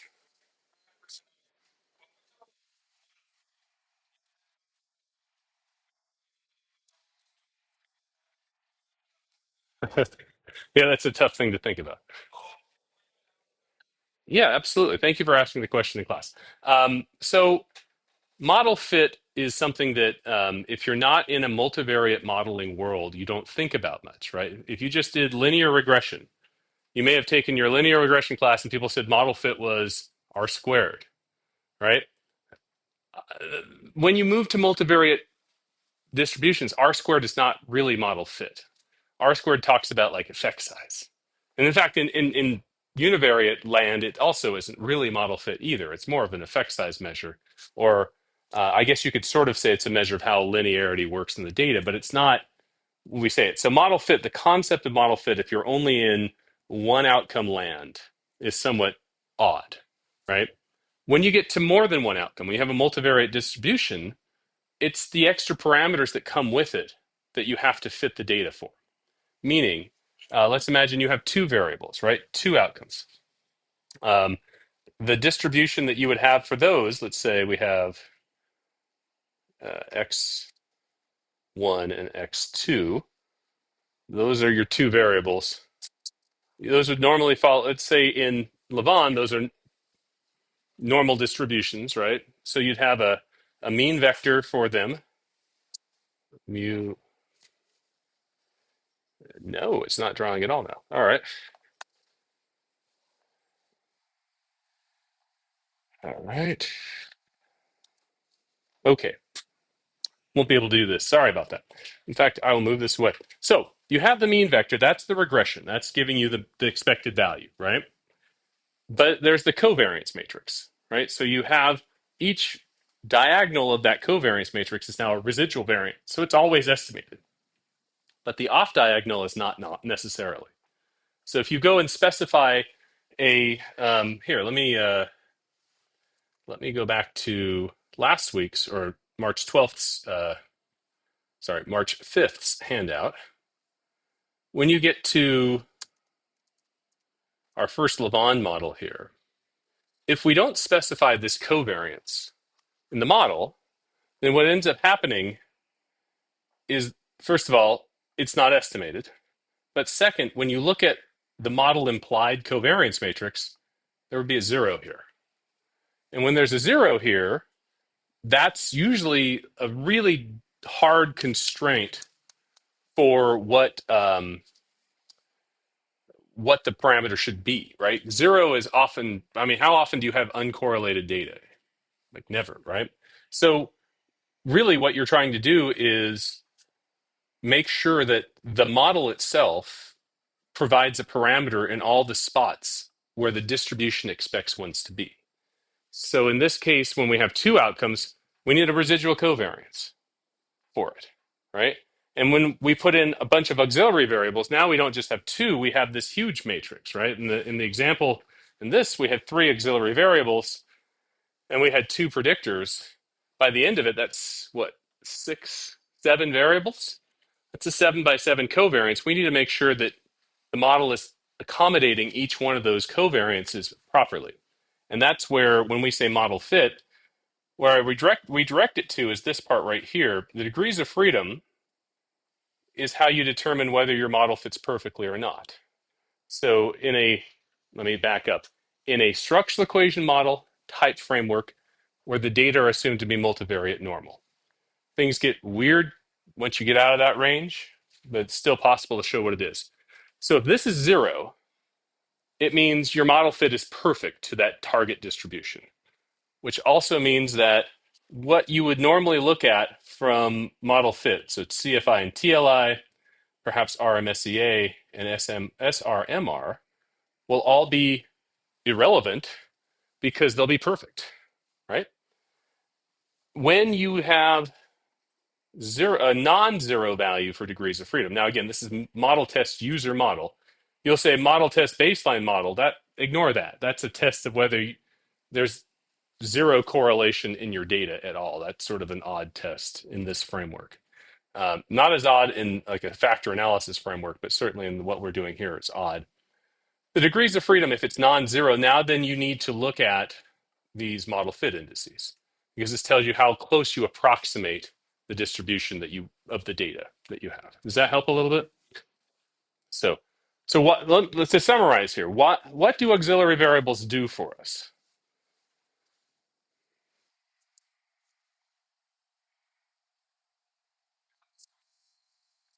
Meeting MAR assumptions, but they do so by allowing us to basically have more information about a person who may have a missing variable part of our model, right?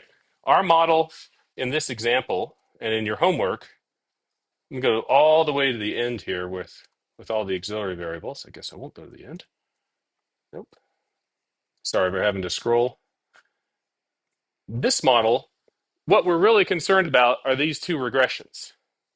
So when we put in auxiliary variables, we still only look at those two regressions, but there's a couple other steps we have to look for. One is, are we saturated or are we close to saturated? If that's what we could start with. With this context of model, the answer is yes. The other is then, do we converge? If we're not saturated, does the model fit? This is saturated, so therefore the model fits perfectly. You'll note on the homework there is a question comparing model fit. It might be a bit of a trick question because if you do the saturated model on both of them, then they'll fit equivalently well, right? So then this is what we look for. But let's talk about those auxiliary variables.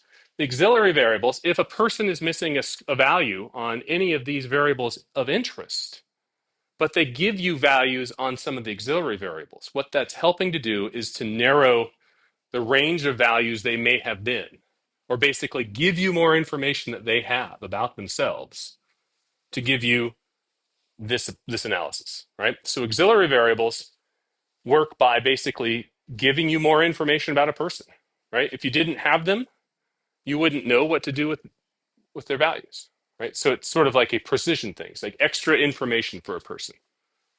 How's that sound? So auxiliary variables help by giving us extra information that should give us missing at random assumptions.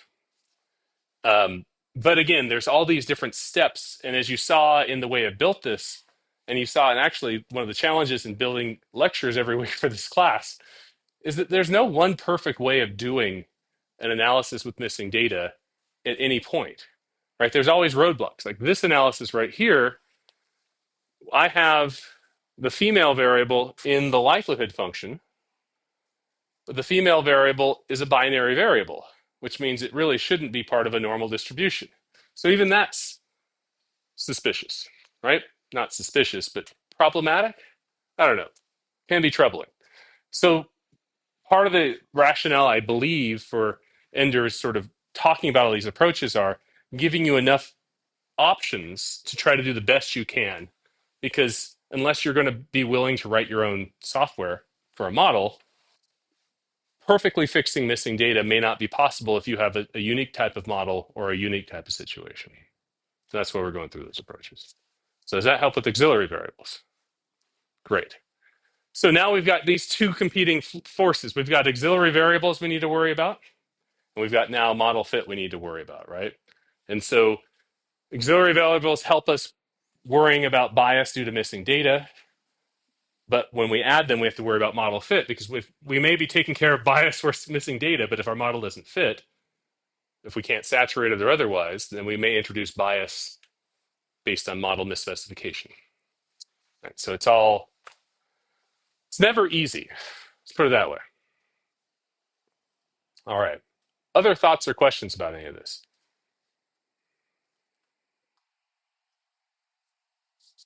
Nah. So the homework assignment, I was hoping to get you used to using Levon with it. Not all of the, I'm looking at some of your example papers that you sent me a couple weeks ago for the models that you're talking about. Some that absolutely will. Like many of you will be able to use like Levon in that type of analysis or an SCM type of framework, but it depends on the type of variables in it. Like you said, um, I think the analysis using the binary variable is probably not the best way of doing it, but it's better than omitting it altogether, or it's better than working backwards. What we're going to see today in the Bayesian analysis is that there's limitations to Bayesian software as well, right? So we will be able to model female with a binary distribution, a Bernoulli distribution, but what we're going to see is now the scale that we're actually building, we're not able to use joint distributions in JAGS with missing data. So now we've got to go build this other big weird system to try to handle that. So where am I going with this? Big picture is this. There's more than one way to do this type of analysis of missing data. And the more that I'm trying to get through in this class is try to prepare you for cases where you have things that don't quite fit in. All right? All right. Other questions or comments? Okay. Do you enjoy using Levon? How many people enjoy Levon? Is it just I mean, how many people would even, I can't even speak today. How many of you enjoy doing anything with statistics? I mean, yeah, maybe not everybody. That's all right. Uh, I understand. And then on top of that, I feel like to me, Levon's kind of at least a fairly good R package. I'm going to say that, right? Um, M plus is certainly has more features, but Levon at least is open source and easy to use, relatively speaking. So I like that. JAGS is going to be a little bit more challenging today, and then we'll go from there. Okay.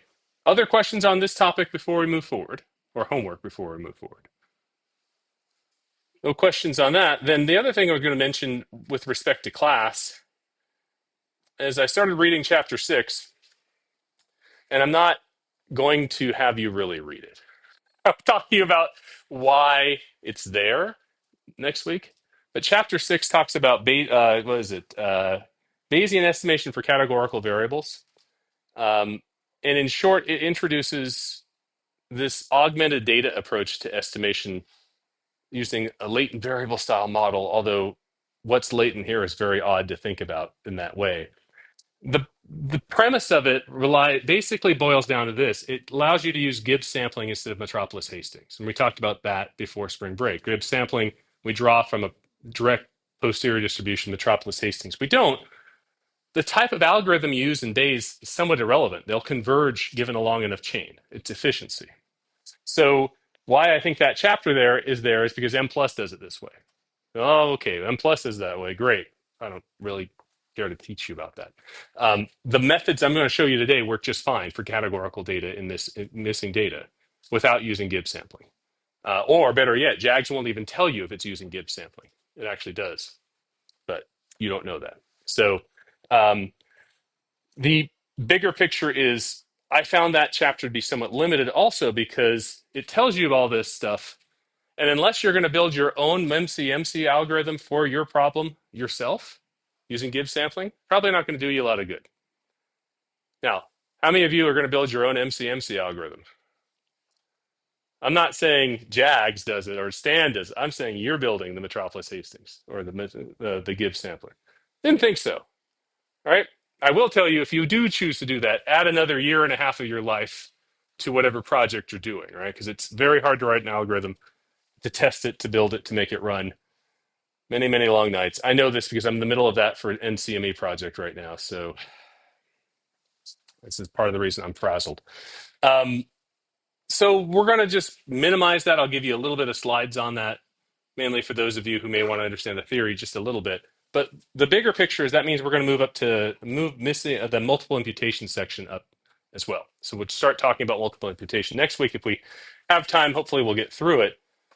Because multiple imputation is a wonderful process. I would tell you that we sort of have some roadblocks with Lavon based on certain variables. We may have some roadblocks with JAGS today based on other variables. A little fewer roadblocks in some respects, more in terms of interpretation.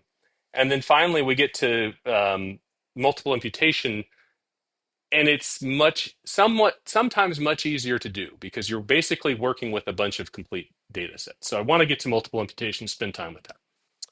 Okay. On that note, I do have a chapter 5 quiz. You can read chapter 5 this week. That quiz will be out this week. Even though I'm covering stuff from chapter 5, I sort of changed the order for it. I just didn't want to give you a quiz and a homework over the spring break time as well. Okay? All right. Shall we dive in then? Bayesian estimation. So I have an R markdown file that you can find on the website, but today I'm just going to work with my R code itself. Sorry, R markdown output on the website is this. I was going to go to the R code for most of what I do today. Is this big enough for you to see on the screen? Okay, great. So today, basically, what I'm going to take that handout that I built for missing data with maximum likelihood using Lavon, all of that stuff back the March 5th lecture, basically the homework is off of, and repeat it, but with Bayesian. Now, I know many of you have not used JAGS before, and so I'm going to slow down on how to use JAGS a little bit. I anticipate having another homework coming out next week with a little bit of Bayesian, maybe not a lot, but just a little bit to get the sense of what JAGS works, because I'm mindful that getting everything to run and run well is a little bit more difficult in JAGS. So for that, I'm just going to start up here. Most of the top of the data file is generating the data. That is all the same from before. So I'm going to skip that, and we're just going to go down to our new data down here. So our data file is this new data, or data 02, right here. So there's our data. You've seen this before. Our goal is to model usefulness and performance. These are scale values, performance being how people did on the 20-item math test, usefulness being their perceived usefulness of mathematics. And you can see we have missing data on some of the variables that we have. Plus, we have a set of auxiliary variables we'll use as well. Okay? So how many of you have used JAGS before this class? One. Okay, so if I teach you some JAGS, that'll be useful. Maybe. You never know when you'll need JAGS in your life. Maybe you won't, but bear with me. This was the Lavon example from before where we estimated it. And I noted here in this original Lavon example, what we're doing is a saturated model with performance and usefulness, right? And I built this example to show you this is using a multivariate normal distribution. That was the goal of this example, to show you the parts to it.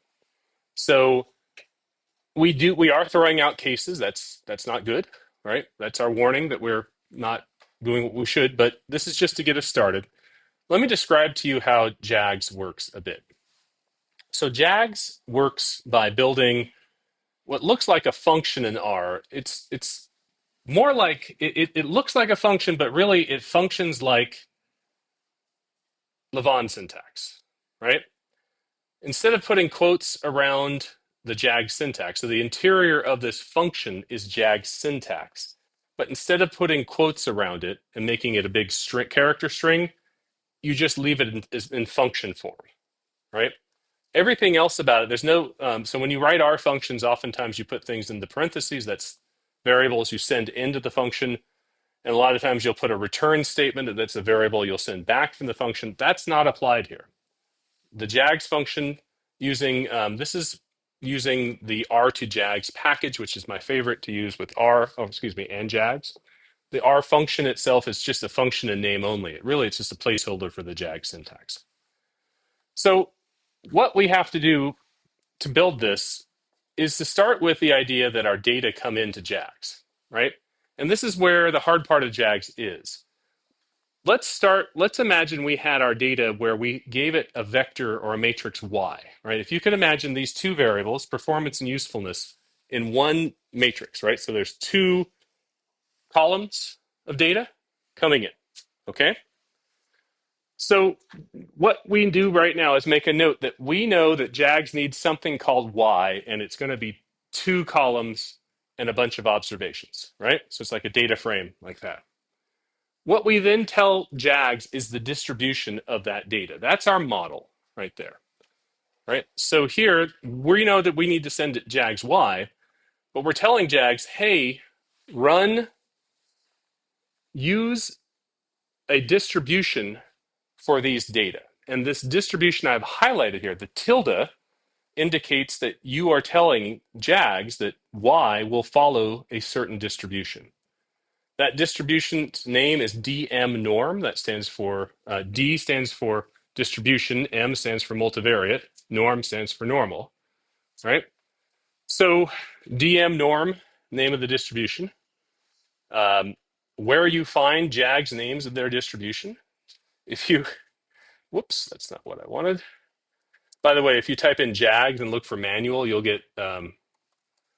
you'll actually get U.S. Marine Corps, or remember that TV show JAGS, the lawyers for like the Navy and stuff. Like you have to type JAGS MCMC. It will otherwise work. Then you'll get a user manual, and in the user manual, there is a series of distributions. It's actually, let me see which chapter that is. In chapter 9 on page 43. Here, these are distributions in the bugs module. So we go down to chapter 9, page 43, and you can see a set of distributions. So here, these distributions, the distributions, you don't know what they are, don't worry about it. Normal is really what we're going to use, maybe a little bit of Bernoulli. But when we get down to normal, where's DM norm here?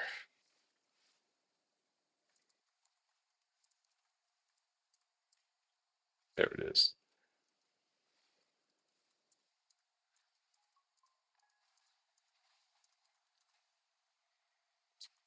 Doesn't actually list DM norm. Okay. Kind of odd here.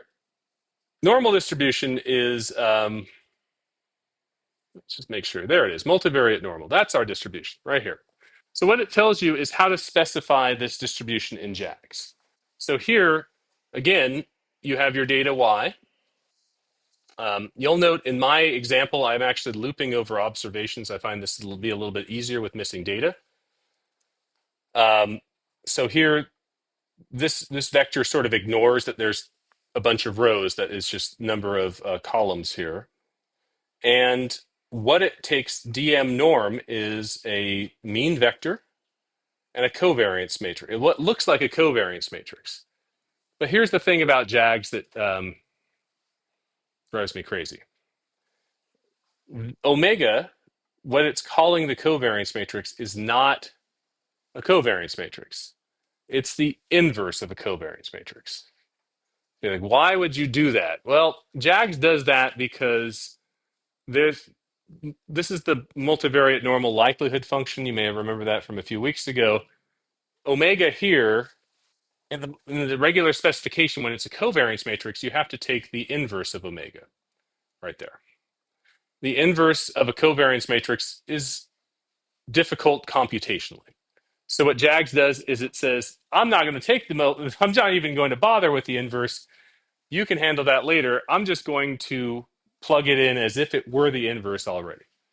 So what that actually means is this matrix, number one, is impossible to determine what it means because covariance matrices in general are bad, but now the inverse of it's terrible. But the way you can think about it is this. Remember, in the covariance matrix, the diagonal represents the variance of every variable. In this sense, it's 1 over the variance, right? So think about what that means. When a variable has a big variance, it means a big spread. That means that diagonal will be very small, right? So the bigger the spread, the smaller 1 over that would be a very small number, right?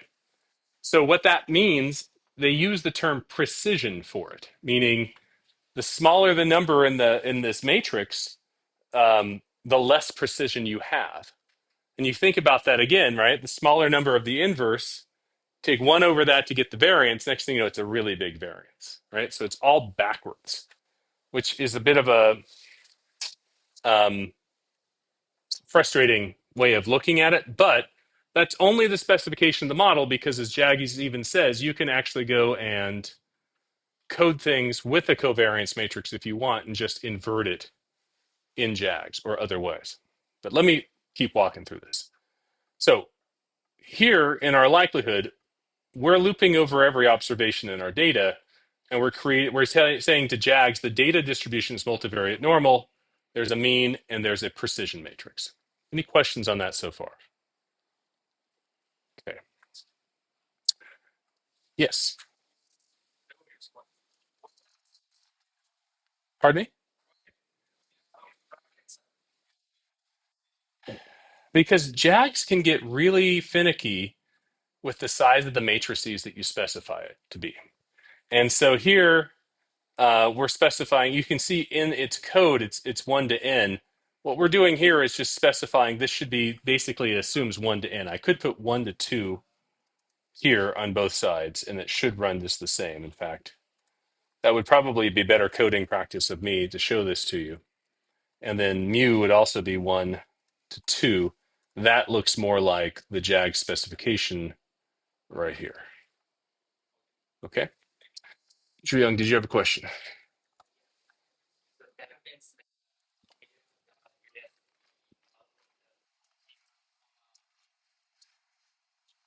Let me get to that in just a moment. Yes, that's right. So, but yeah, hold that question for just a second. Let me just focus on the data first, and then we'll move there. Okay. Other questions on this multivariate normal craziness right here?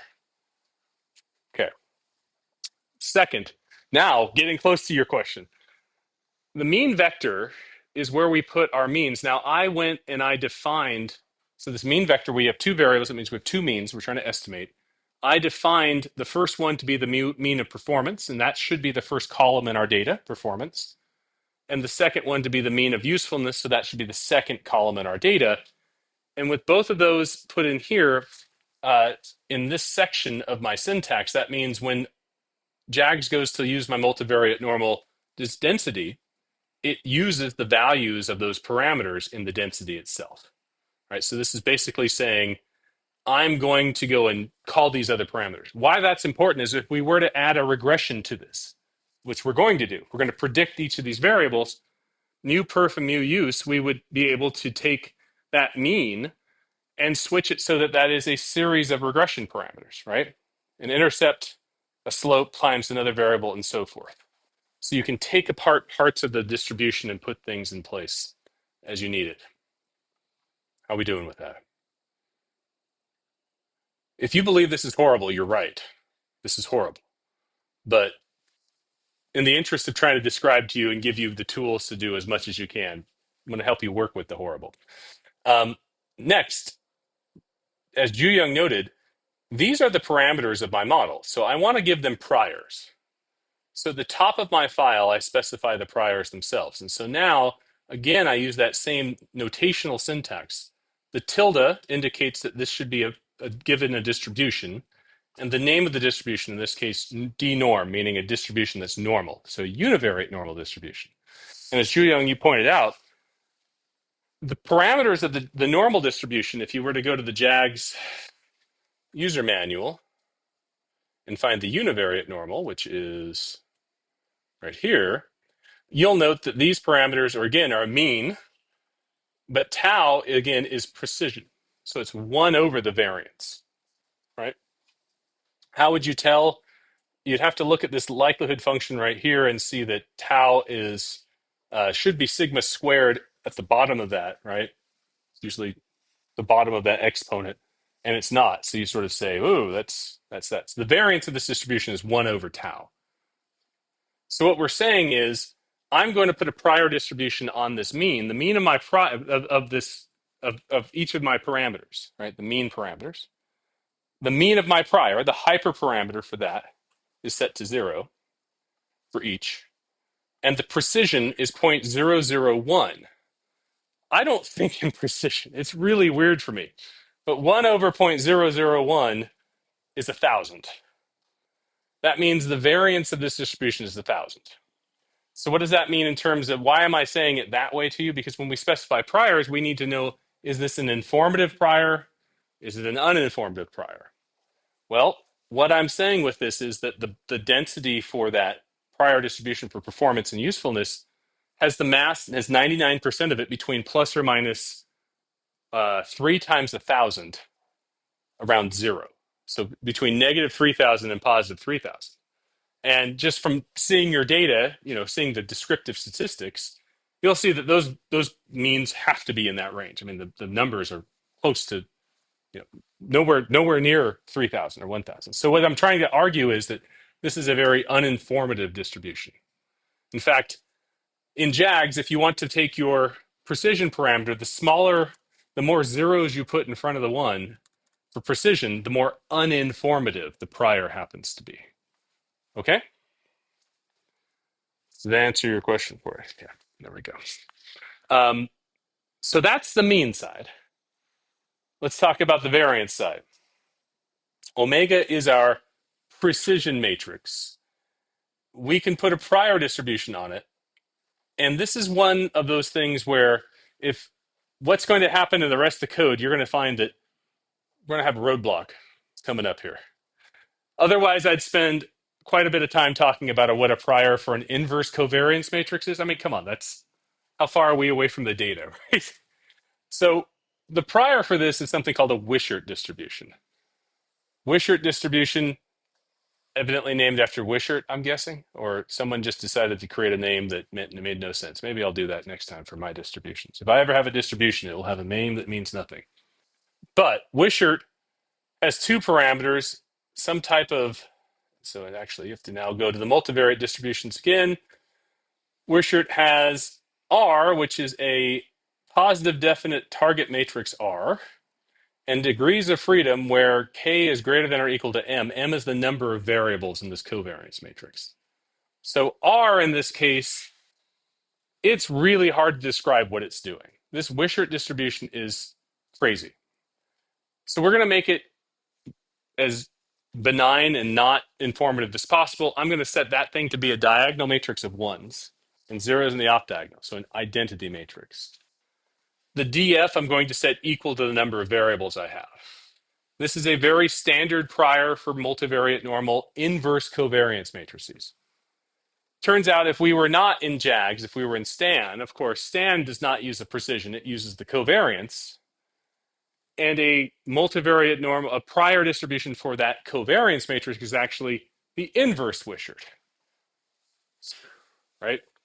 So, long story short, you won't need to know about this because if you have missing data in JAGS, this isn't going to run for you. You have to separate them into univariate distributions. So, we're going to get there. Leave it as it is. If you have questions about it, come talk to me. I'm happy to help you with picking the prior. But again, because this is the precision matrix, I'm actually going to create my own version of it called sigma, which is the inverse of it. So JAGS is a built-in function to take that inverse, and then throughout the Markov chain, I'm going to only record sigma. Because I don't know about you, but the inverse of sigma doesn't do me any good. I don't know how to report that. We good? Sound good? Yes.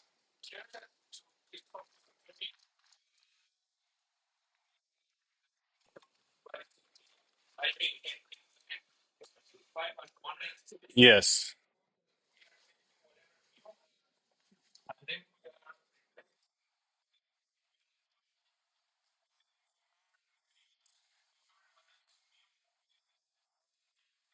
Right. What we're doing here is making it so that we can name parameters that have meaning to us so that we can set priors for them. Right? So if we needed to change the prior distribution for one or more of these, right? We can change the prior on mu perf and mu use and it works. By doing that here, putting it into a vector and then putting that vector into the data distribution, it handles it for us. We don't have to worry about that.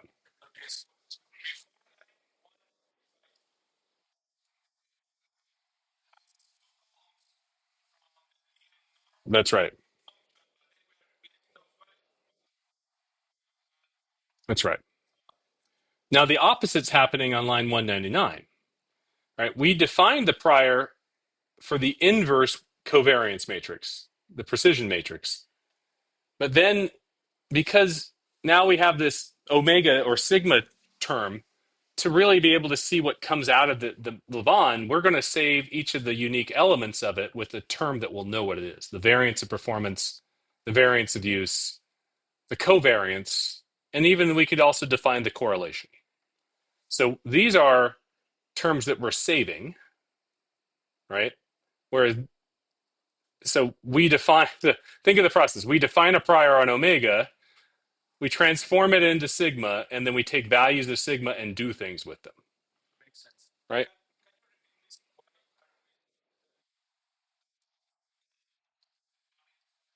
This is because when you specify DM norm, it needs a vector for the mean. And we could give it a vector. We could just call mu, we could say, for instance, mu follows like DM norm right here.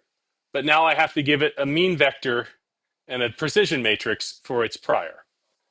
So with doing this, what we're trying to do is build that mean vector from the parts where we know the priors will be put on. And oftentimes, well, I've never used a covariance between regression parameters in my life on a prior distribution. So this simplifies the code a bit for specifying priors for the mean. We're not able to use that same simplification for omega because of its prior being this Wishart thing that's hard to describe. It's a lot. I've forgotten how much I hate teaching JAGs. By the way, if you think JAGS is hard, it's hard for all of us because this lecture took an exceptional amount of time with it breaking and breaking and breaking. But there's a way through, I promise. Other questions on this syntax? Yeah, JC.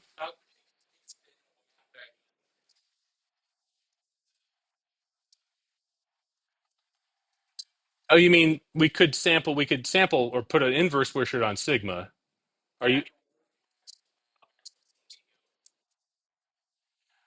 well, first of all, JAGS doesn't give us a choice, right? In the DM norm function, it's built to be precision. So there's no way that you can make that the entry into DM norm anything but the precision matrix. So that's number one. But from there, there were a few choices, right? We could have defined sigma with an inverse Wishart and then made the inverse of sigma omega. And to me, that's one thing, basically equivalent, just on different sides. The bigger problem, though, JC, is that nothing in JAGS with normal uses variance. It always uses 1 over variance or the inverse of the covariance matrix. And that, to me, that's part of the reason I have a bald spot. I swear to God, and the gray hair. Yes.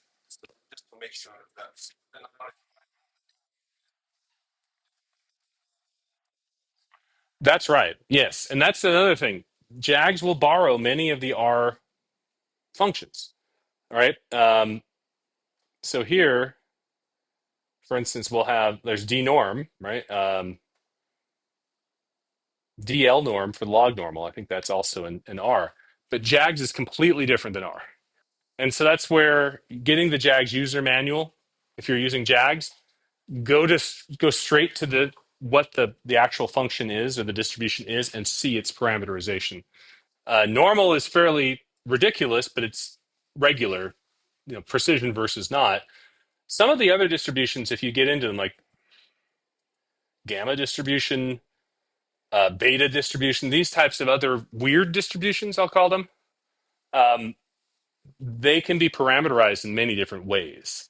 So whatever you're familiar with using R or somebody else's package may not be the same in JAGS.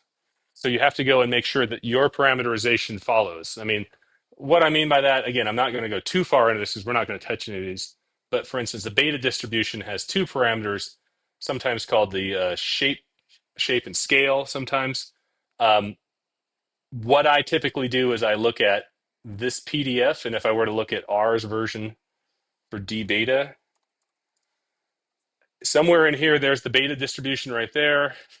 See if the function looks the same. If it looks the same, then I know the parameters are the same. But if it doesn't, then I've got to translate one way or the other. But very good point, observation.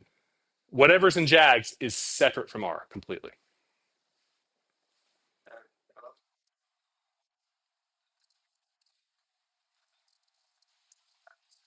So the Wishart distribution, let's start without the JAGS for right now. Let's start with the multivariate normal with the covariance matrix. If your data follow a multivariate normal distribution, the sampling distribution of the covariance matrix turns out to be an inverse Wishart. Or put another way, you can create a conjugate prior distribution if you specify your data is normal, but the covariance matrix follows an inverse Wishart distribution. So a conjugate prior in this step, remember the word conjugate prior, what that means is the posterior distribution is the same distributional family as the prior distribution. So the covariance matrix follows an inverse Wishart distribution. It simplifies the sampling. It makes it Gibbs sampling. It makes it allowed to be run. So that's normal, the regular normal covariance idea. Because JAGS doesn't use the covariance, but it uses the precision matrix, the same conjugate prior is no longer inverse Wishart. Remember, precision is the inverse covariance. So we have to take the inverse of the inverse Wishart, which turns out to be a Wishart distribution. So in specifying multivariate normal distributions, a very quick and easy way of specifying a prior in Bayes is to use an inverse Wishart for the covariance matrix, which is equivalent to a Wishart distribution for the inverse covariance matrix. Now, this is great. Let me back up a second to tell. I know a little bit about your work, and so if you're in a psychometric model and you want to, let's say, define a prior distribution on a series of latent variables like a CFA, like your factor distribution, right? And a psychometric model, now you can't necessarily estimate the variances. They're often fixed to one unless you specify constraints on some of the other parameters. This prior specification will not allow that because it does not allow constraints in the diagonal. So this prior is problematic and doesn't always get used, but it is the prior distribution that we tend to from a very baseline sense because it does provide a conjugate prior for the covariance matrix itself. Does that help answer your question? I hate the Wisher distribution. Yes.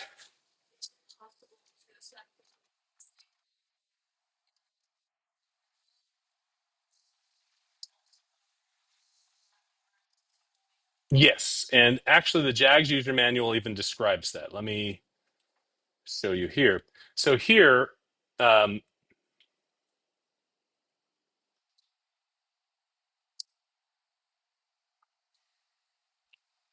now I'm seeing another one. Okay. Yes, you can do it. It says while the following construction should work in theory, it may not work well because sigma may not be inverted. That's the other thing that happens in a Markov chain. As you sample, every time you have to go and do this calculation, sigma has to have an inverse. And there are cases in sampling where you may not have an inverse, at which point it doesn't know what to do and it breaks and stops. So you could, in theory, do this, although it's not always recommended. It turns out they do have a vcove function here, which I didn't even know about. Should have read the manual, I guess, better. Um, but most of JAGS code that you see is specified with precision. So unfortunately, it's just one of the catches of JAGS. All right, turns out we're at break time. So I'm going to pause now. Let's have 10 minutes of break, come back a little bit after 1:30, and we can describe more of this as we go on, okay?